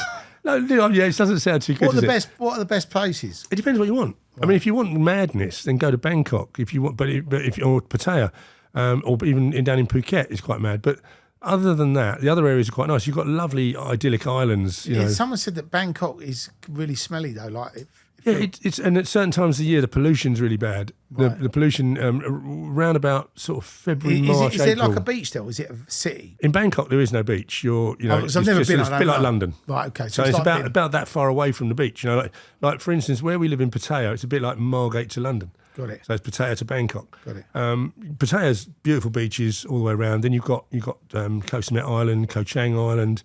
Then you've got the other end down south of Thailand where you've got Phi Phi and all the all the really sort of touristy places. Yeah. Koh Samui down the bottom as well. Yeah, Koh Samui's I know down the people bottom. have been there. They've said Yeah, Koh Samui's beautiful. And so is Phi Phi. A little bit over commercial now to what they used to be. There's a lovely island, what's it called? I can't think of it at the moment.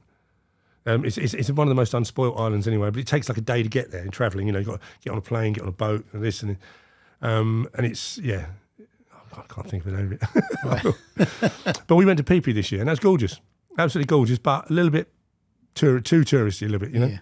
But you've cashed out essentially from. Yeah, I mean basically we've still got one big house there. I sold the land I had, sold the houses. Bought my wife another little house up in Karat, which is where our family are from, which is 300 kilometres from where we stay. Right. So we sort of, we go there now for the winters. So I'm just trying to do like 3.5 months in the winter, which is, I hate winters in England. Right. So it's nice to be able to go there. But the house is up for sale. I will probably sell it in the next couple of years. Where's the best place in Thailand? When's the best time to go, would you say? From my point of view, I would say anywhere from sort of November through to February or March. Right, okay. That's officially their winter. But what it is, it's actually, there's less chance of storms. The temperature is much lower. It's sort of like 26 to 28 degrees, something like that. Like a good summer's day in England. Yeah. But it's their winter. And the skies are generally just clear blue skies.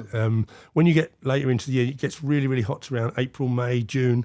I mean, at the moment, it's roasting over there. And then with the really, really hot weather comes the massive storms. Right, okay. So then you get, I mean, and when it rains, Jesus, it rains. I mean, the streets just flood. I mean, you'll be walking down a dry street 1 minute, and next minute it's like 2 foot deep.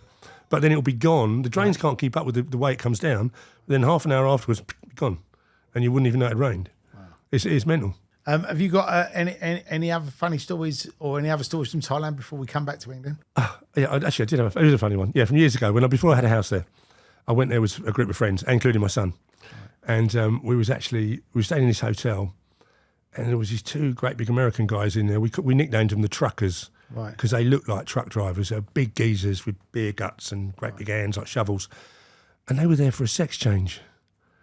They were there to become women. And trust me, neither of them looked in the slightest bit feminine. But they were there to have their dicks removed. Wow. So did they not have to take all the pills or not? Or did they just... I don't know what was going on. Right. But I mean, I don't know the ins and outs of it, as it were. Right. But, you didn't really but we were staying in this hotel. We were staying in this hotel, and they were there at the same time as us, and they were going in for this operation that week. It must be a weird fucking conversation. You're at the bar having a beer, and you go, "What are you here for?" I'm having my dick chopped off. Well, my mate rang me up. And he said, "He said, come down to the bar." He said, "Come down to the bar downstairs." He said, "Meet Teresa." I went, "Who the fuck's Teresa?" And I've gone down there. Right? This geezer in a frock and a wig, right? And I went, "All right." He goes, "I'm Teresa." I went, "You ain't Teresa, mate." I went, "What's your real name?" He went, "Todd." I went, "Todd." And this was one of the truckers? Yeah. I said, "Todd, why are you wearing a wig and a frock?" He said, "I'm a lady now." I went, "What?" And he went, "See?" He pulled his frock up. So when was this?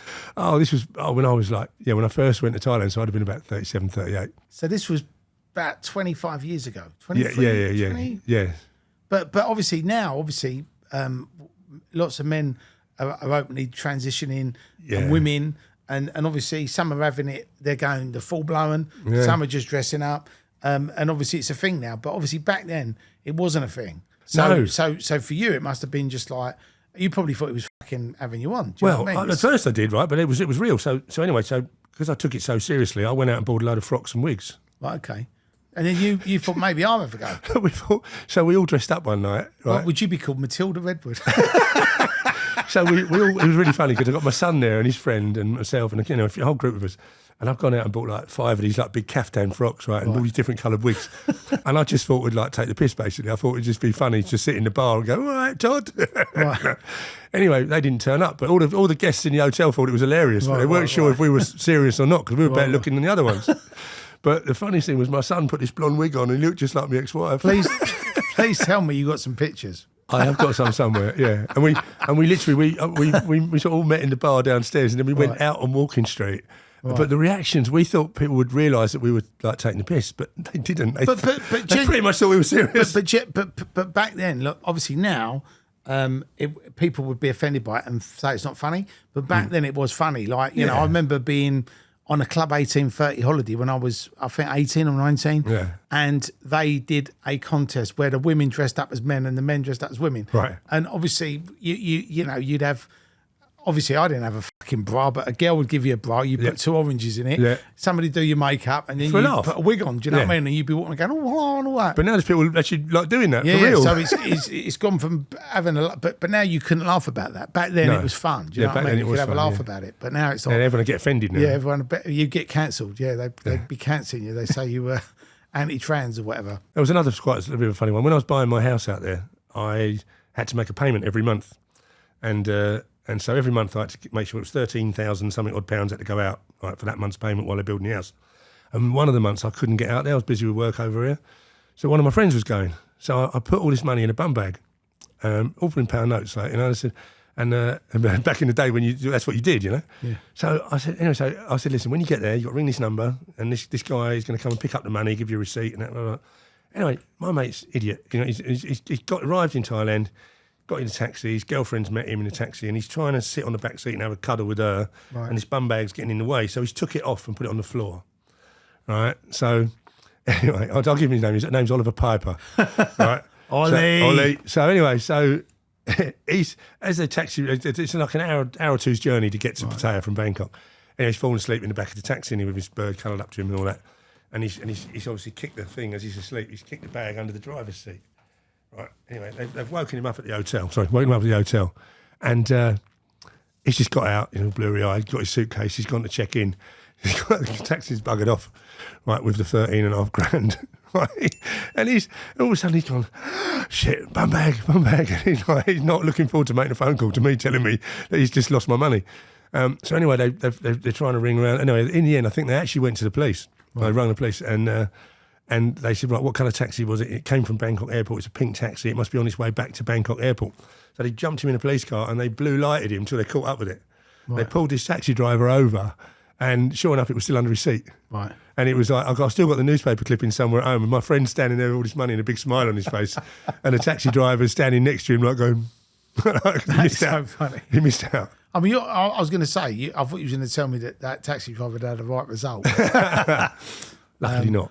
When you sort of spent half the year there and half the year in. Yeah, in bits I used to do, when I first used to go out, it was like a month at a time. So a month there, a month here. And then it was 6 weeks there, 6 weeks here. And as I got my area managers in place running security for me in different areas, I could have longer out there. Then my son got involved with the business, so he was really good at running it. So I could let him, I could in the end, I could go out for like 8 weeks. Amazing. So I've had an amazing sort of the last 20 years, doing the Thailand thing. And I've been very fortunate.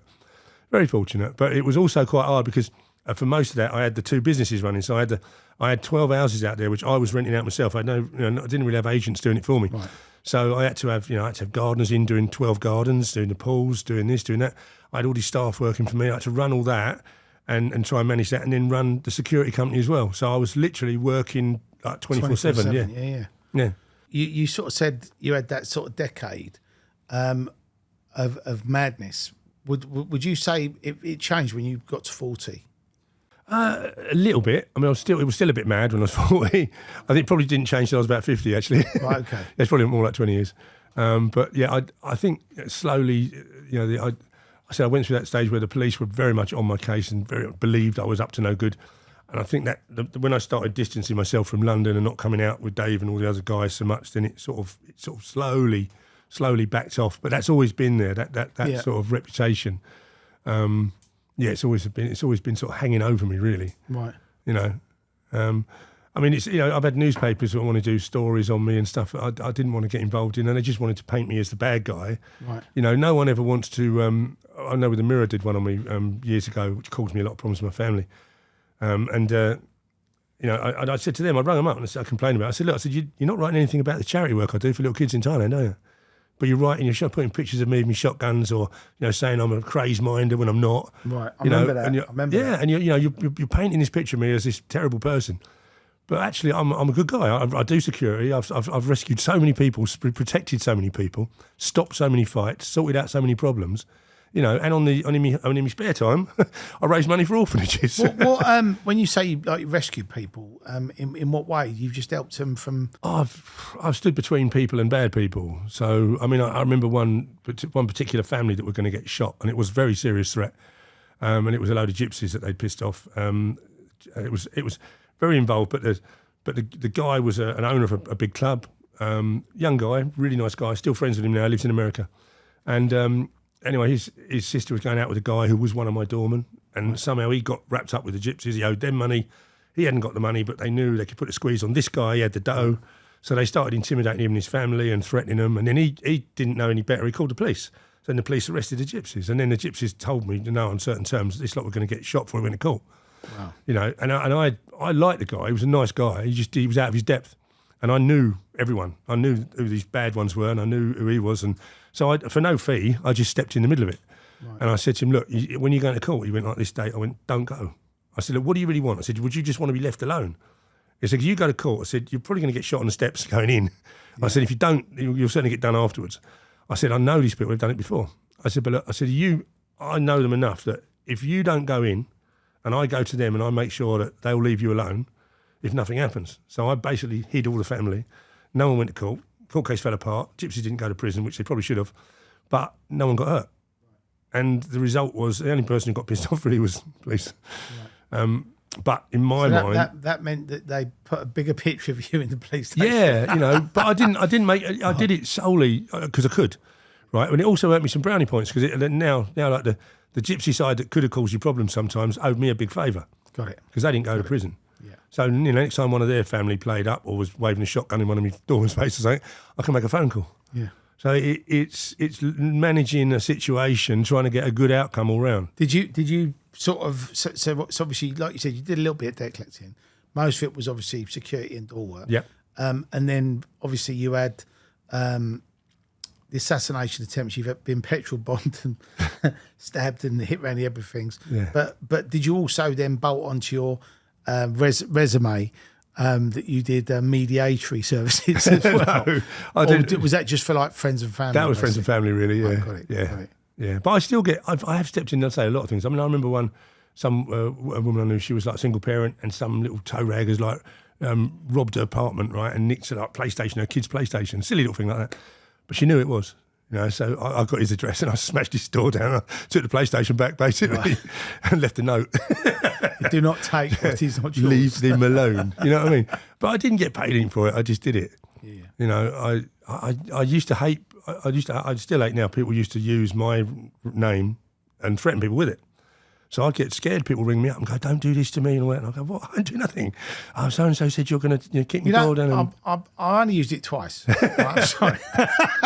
But yeah, it really got annoying for a while there. Well, the other thing is as well, like when people, somebody come on here recently actually, and he said the funniest thing was somebody threatened him with himself. Yeah, I did. It happened to me. I was in a club in Folkestone. We threw a group of guys out in Folkestone. This geezer went, "I'm getting Marcus over here, sort you right out." I said, "You know him well, do you?" "You're Marcus from Margate." He went, "Yeah, he's a mate of mine." I said, "You really have to, 'cause you're talking to him." But it is funny when someone does it, they sort of go, and they just melt, But the other problem is as well, when somebody does that to the wrong person, and then all of a sudden you've got a fucking massive problem, but you don't nothing to do with it. Well, I had that one night. Police called me in one night. So they rang me up, and I thought, as soon as the CID rang me up, Margate CID, said, Need you down the station, got to talk to you. I said, "I don't need a solicitor." He said, "No, we just need to talk to you like as soon as possible." I said, "Okay." I said, "What, my doorman?" He said, "Nothing to do with your doorman." He said, "You." So I've gone in there, they took us into a little room, shut the doors. He said, "Right." He said, "Where are you working on Friday?" I said, "Probably Escape on Margate Seafront." He said, "We've heard you're going to get shot." He said, "Someone's paid $5,000 to get you shot." I went, "Well, who?" And he said, "Oh, we can't discuss it." I said, "Well, what are you going to do about it?" He went, "Nothing." So we just thought you better know. So we just thought we better warn you. I mean, what's it called? An Osmond warning? Yeah, something like that. Anyway, so I mean, it's a couple of times I've had my house wired up before. They put a panic button in my house once because they had credible threats to my family and me. But that was a time before. But anyway, this one, and was that after the assassination attempt? That was a different one. I can't remember what it was about. That was at the previous house. Oh, right, okay. I'll have to try and do it. But anyway, so this one. And a lot of people, I mentioned this on another podcast, and people said, "Oh, you're full of shit. Police would never tell you that." That's exactly what they did, right? And I kept badgering the guy. I went, "Look, if we don't know who's been paid the money, but we know who's paid it." I said, "Well, just tell me who's paid it then, so I can at least try and do something about it." So he gave me a name of this guy from, I think it was Whitstable, and yeah, it was Whitstable. And it turns out he owned a butcher's shop, right? And what it was, when I got to the bottom of the story, I had some doormen at one bar in Whitstable, but there was another bar opposite which weren't my doormen, but those doormen beat up his mate. So someone went, "It's Marcus's doorman, that is." So he's paid someone $5,000 to shoot me, right, that weekend because they beat his mate up, but it weren't my doorman. It was nothing to do. But I didn't know that at the time. That all came out later on. What I did was I found who he was, I found where he lived, and I went and knocked on his door. And I didn't threaten him. And he opened the door and I went, "All right, I'm Marcus." I said, "I believe you paid $5,000 to get me shot." And he was like that. And I went, and I gave him one of my little gold cards, like a little business card. I went, "Listen, there's my card." I said, "Yeah." I said, "Well, if you do shoot me," I said, "there's going to be there's been a load of my staff who are not happy, not having a boss anymore." I said, "No, I know where you live. Now they know where you live." All right. And I just walked away. And nothing happened, obviously. It all just fell apart. I mean, he'd always been running his mouth or whatever, and the story had got, Yeah, people are good at doing that, but then when it actually comes, when you knock on the door, yeah. Listen, I mean, normally, every time I've actually been shot at, no one told me they were coming. Right. No one made a threat. Thousands of times people have gone, "I'm going to shoot you," but they didn't. But the ones who never say anything, or the ones that play it down, if anything, just go, "I'll be seeing you." Yeah. Give you that little look, "Oh shit." I'm more worried about that. Yeah, because I think that's the problem. When people make those actual threats, they're going to do whatever. Yeah. You sort of think, well, why are you telling me? Yeah. Do you know what I mean? Why are you telling If you're me? really going to do it, you'd be surprised, wouldn't it? No, normally. Yeah. Not always the rule, obviously. Yeah. Some people might just be mad enough to do it. I might get shocked though. Or just stop getting shot. When would you say things? I suppose things never really gone been normal for you. But would you say, up to sort of when you sort of started to slow down 2 years ago? Would you say up to that point, it was still pretty fucking? You still, it's unpredictable. You never know what's going to, what's waiting for you, do you? When you got lots of doors in lots of areas, you got the more doors you got, the more problems you got. Right. The more idiots. It can be a lovely bar all year round, and then you get some lunatic walks through the door one night, and it changes. Have you? I mean, with problems that you've had on the doors from back in the day to now, obviously things have changed. How different would you say it is now? Because someone said to me that with the way things are now, most clubs have this thing where they need actual photo ID. So they're brilliant. The scanners, the club scanners. Yeah, so no one's in the club. And obviously there's a big problem now where in the old days, people would, chat up a girl or chat up a guy or offer to buy them a drink. Obviously now if you do that, they can say you're harassing them, or if you touch them, you've assaulted them. And there's obviously this problem with people getting a drink spiked. I mean, have you seen? Is that? Yeah, that can be a problem. Yeah, I mean that's been around for quite a while now. That's been around since the 90s, the spiking. Right. I mean that did reach sort of in certain areas. It got really quite bad. But people spiking, I understood why people would put, some MDMA or an E or something in someone's drink. But I wouldn't. And it is stupid because obviously if they have a bad reaction, they could die. Yeah. But I kind of understand why somebody would do that. Like if you went out with somebody who you knew took drugs and and they said, I'm not doing it tonight, and you put something in the drink. I understand why people would do that. But not to prank or something. them. Yeah. But actually putting something in them that's going to fucking potentially kill them or knock them out. Yeah. And that they definitely don't want. Yeah. No, that's just wrong. I mean, it's just bad, isn't it? I mean, it's illegal anyway, but I mean, it's terrible. Why do you think? What do you think people just do it as a sort of to prank people? Or they find it funny, or do you think it's just? I know you've got to be pretty twisted and sicko. I think in my book, anyway. Like you said, I mean, like I said, if it's a group of close friends and you bung a bit of whiz in your mate's drink or something, he's up all night. That's funny, right? But we did that to one of the managers one night. But no, to actually drug a stranger in, so they're unconscious or incapable, especially when that person doesn't know what they've had, or you don't know, they might try and drive their car home. Have you caught many people doing that? We have caught people doing it. I had some really good door staff down in a club in Eastbourne one night, and there was a situation out there actually where a girl was she pushed out I think she was drugged first and then pushed out a fire exit, and someone was trying to rape her. Wow. And the door was open, the alarm had gone off, so the doorman were called to the alarm, but it was really dark out the back. Right. I don't think there was any lights working out there. And one of the doormen just said, I was going to shut the door, and she went, no. Then their door girl, she went, no. She said, I want it all the alleyway checked. And they found this guy trying to rape this bird, and she beat the crap out of him. And got him arrested. And so you should. I mean, if somebody gets caught doing that, or they get caught with that, whatever it is on them, they deserve to go away, don't they? What did they get in? I honestly don't know what sort of sentence. I didn't know how serious it was. No, I mean, it's got to be fairly serious, but it's. I mean, the intention. I mean, like you say, you could kill someone, couldn't you? Yeah. And there's certainly no good intention there. Well, like you said, if somebody has a funny turn, they could fall down the stairs, break their neck. They could get in the car, drive home, and then pass out. Yeah, and kill other people. So they could actually end up in death. Yeah. So that, I mean, I've always, and someone said there's this thing where they got fucking needles now. They're doing people with needles and stuff. Really? In clubs, yeah, they're injecting them with this shit. So you sort of just think, I don't know how they've stopped that, but I think a lot of it happens in these kind of university bars and these kind of, like if you went out in Reading or you went out in Manchester, it seems to be in the big sort of young, big cities, which is happening. It's the same with like the knife crimes and that. I mean, I remember when the knife crimes were starting to escalate more, it was more public, and I bought like wands, metal detectors, and I put them on every little pub, every little place we had. I bought one, put it on there. But what happens is the door staff get lazy, don't use it. Right. And it's not, don't get me wrong, you're not going to catch everyone, but let's face it, if you've got a knife in your pocket or something you shouldn't have, and you see people being wanded over, it will make you think, well, maybe I should stash that, or I shouldn't take it in there. You know, it might just cut things back. We found weapons outside the bar, stashed in flower pots and stuff. Wow. And if you search someone and they did have a knife on them, would you not let them in, or would you just tell them to put it in a car? Generally, it'd be not let them in. Right. I mean, because that's, you know, anyone's got that's not a good intention. I mean, the police would probably say that I should, you know, call the police and hold them there and all this sort of thing. But then you're tied up trying to hold someone. Right. You know, and this is the same. My thoughts are the same when it used to come to the people trying to get in with drugs. If I searched someone and they had drugs, you know, in their pocket or whatever, I didn't let them in.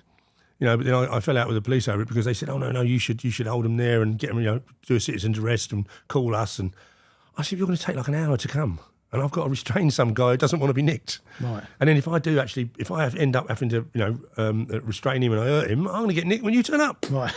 You know, so it's not very fair, is it? Really? Yeah. So I mean, my main objective whenever I was working in clubs was to be fair with everybody, to make sure that people coming in were, you know, the right people. And manage the situation through the night as best you could, you know. And if I had to put people out, I'd try to do it with a minimum of fuss. But then if they did the maximum of fuss, you'd give them the maximum. Yeah, fuss. Yeah. You know, it's horses for courses, but you sort of you don't go sort of like from 0 to 100. You sort of take it up in stages. Right. You know, I think it's good if you can give everyone a chance and an opportunity to behave themselves or get out or, you know, stop. But if it goes the wrong way, then it goes the wrong way. Right. And you know, if you was gonna impart your, I mean, you've obviously been around, Marcus. You've obviously seen a lot of things, experienced a lot of things. If you was gonna impart your advice to our viewers and listeners, what would you actually say to them? Like, if someone said to you, Uncle Marcus, you know, I'm thinking of being a doorman, or Uncle Marcus, can you give me a life lesson? What would you? What? Because there must be people that have I know there must be people in your life that you've come across that have said something to you that's profound, and you've gone, actually, that's fucking really good. You know what I mean? I'm going to take that on board. Yeah. Or, you know, sort of like a life lesson. Yeah, nice to be important, more important to be nice. It's that type of thing. But I think about being polite is one of the main things, and not having the attitude, because you're, like you said, when you're dealing with people, you want respect of people, but you want to give a bit of respect as well. And if you manage things, I never was worried about working in my town or another town or anyone, because I was always the same person wherever I went. Yeah. You know, and I would always try and get on with everybody in that town. And every town's got its heroes and its drug dealers and its, you know, it's known people. And you've got to try and sort of manage that as best you can. You know, if you can do it right. I mean, some of my best friends started off with people I'd probably thrown out or had a fight with. Right. You know, but you know, you sort of build a rapport 9 times out of 10, and you know they realise that you're not such a bad person. But yeah, it's a tough job, and it's one of those ones where no matter what you teach on a door course, you're never going to know the answers to every scenario. It's only really experience.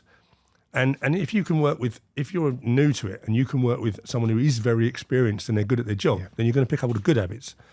Unfortunately, you could also end up working with someone maybe who's not very good, and you'll get all the bad habits, how not to do it. And you know. So now, if you wanted to go on the door, the SIA, you have to actually do like a training course. Yeah, and I believe it's just got longer. I think it's now about a week.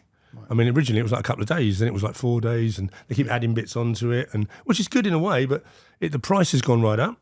The wages haven't, you know. So people have to take I mean, how many people can? Doorman used to be a thing you did as an extra job on a weekend to earn a bit of extra money, right? You know, predominantly. But now you've got to take at least a week off of your day job or your work, pay a fortune in money, then buy a license. So you're probably going to be spending like £1,000 and take a week off work before you can get a license and go and earn 15 quid somewhere. Right. You know what I mean? Yes. It's not very inspiring, is it, really? Right. And then you've got this license, which you can lose at the drop of a hat. Right. Do one thing wrong. You know, if you just a bit heavy-handed and you push someone out the door, he falls over and hurts himself, and you get done for assault, license gone. Wow. You know, if someone punches you and you punch them back and hurt them, you know, preemptive strikes are allowed or defence, whatever, but it's not. It's a very fine line, isn't it? When, you know, in the middle of a big fight, you're not going, oh, that's preemptive. That's this. No. You know, it's like, it's a battle. Yeah, you know, and so it's easy to go over the top. It's easy to someone get it or hit, and it's so easy to lose that license. And once if that's your only job, it's gone. Your job's gone. Have you thought about doing any? Because you know they're doing these. We talked about misfits earlier. They're doing these misfits boxing things where they're doing like these, doorman and music artists and celebrities and influencers. People are just like fighting, and they're getting paid big money. But, What, to go in a ring? Yeah. Just doing like 3 2-minute rounds. But John Fury's calling He's lots of got people so out. much trap, hasn't he? But but the funny thing is, what I love about John is he calls everybody out, and then everybody calls him out, but they never ever have a fight. No. But he can actually have it. I mean, someone actually said to me, he did bare knuckle fighting, and he I'm sure so he's got But I mean, I think he's got to be in his 60s now, and I suppose. When you turn 50, it don't matter how old you are, you don't want to be fucking punched in the fucking face. Well, you're not as... not for 6 minutes. I mean, I like to think I'll stay in pretty good shape. I'll still train as much as I can and whatever, but I'm nowhere... if I met myself 10 or 20 years ago, I'd get beaten shit. I'd get a good hiding off my younger self. You can't... As you get into your 60s, you might get the odd freaky person that can... I wouldn't want to tangle with Tyson, no matter how old he is. Right. But you just generally deteriorate, and you're not going to be as strong, you're not going to be as fit. Your punch resistance will probably not be as good. Yeah, nothing's going to be quite as good as it was. It's you might still be good for. But in there, you still think you're 18. Yeah, No, I don't. I try to. I'm not saying I try to avoid it. I've never really gone out looking for a fight, so I'm no different than normal. But now I'm not working on the doors, so hopefully I've got no need. Now you sort of hang around Tesco's waiting for someone to bump into your trolley so you can go, "What are you looking at?" I don't know. Actually, I've got a little story for you if you want it. A Thailand story, right? Last time I was in Thailand, very recently. We went to Koh Samet Island, me and the missus, right? And my sister and my brother-in-law come out, so 4 and 2 couples. And we were in this hotel room, we got booked there for a couple of nights.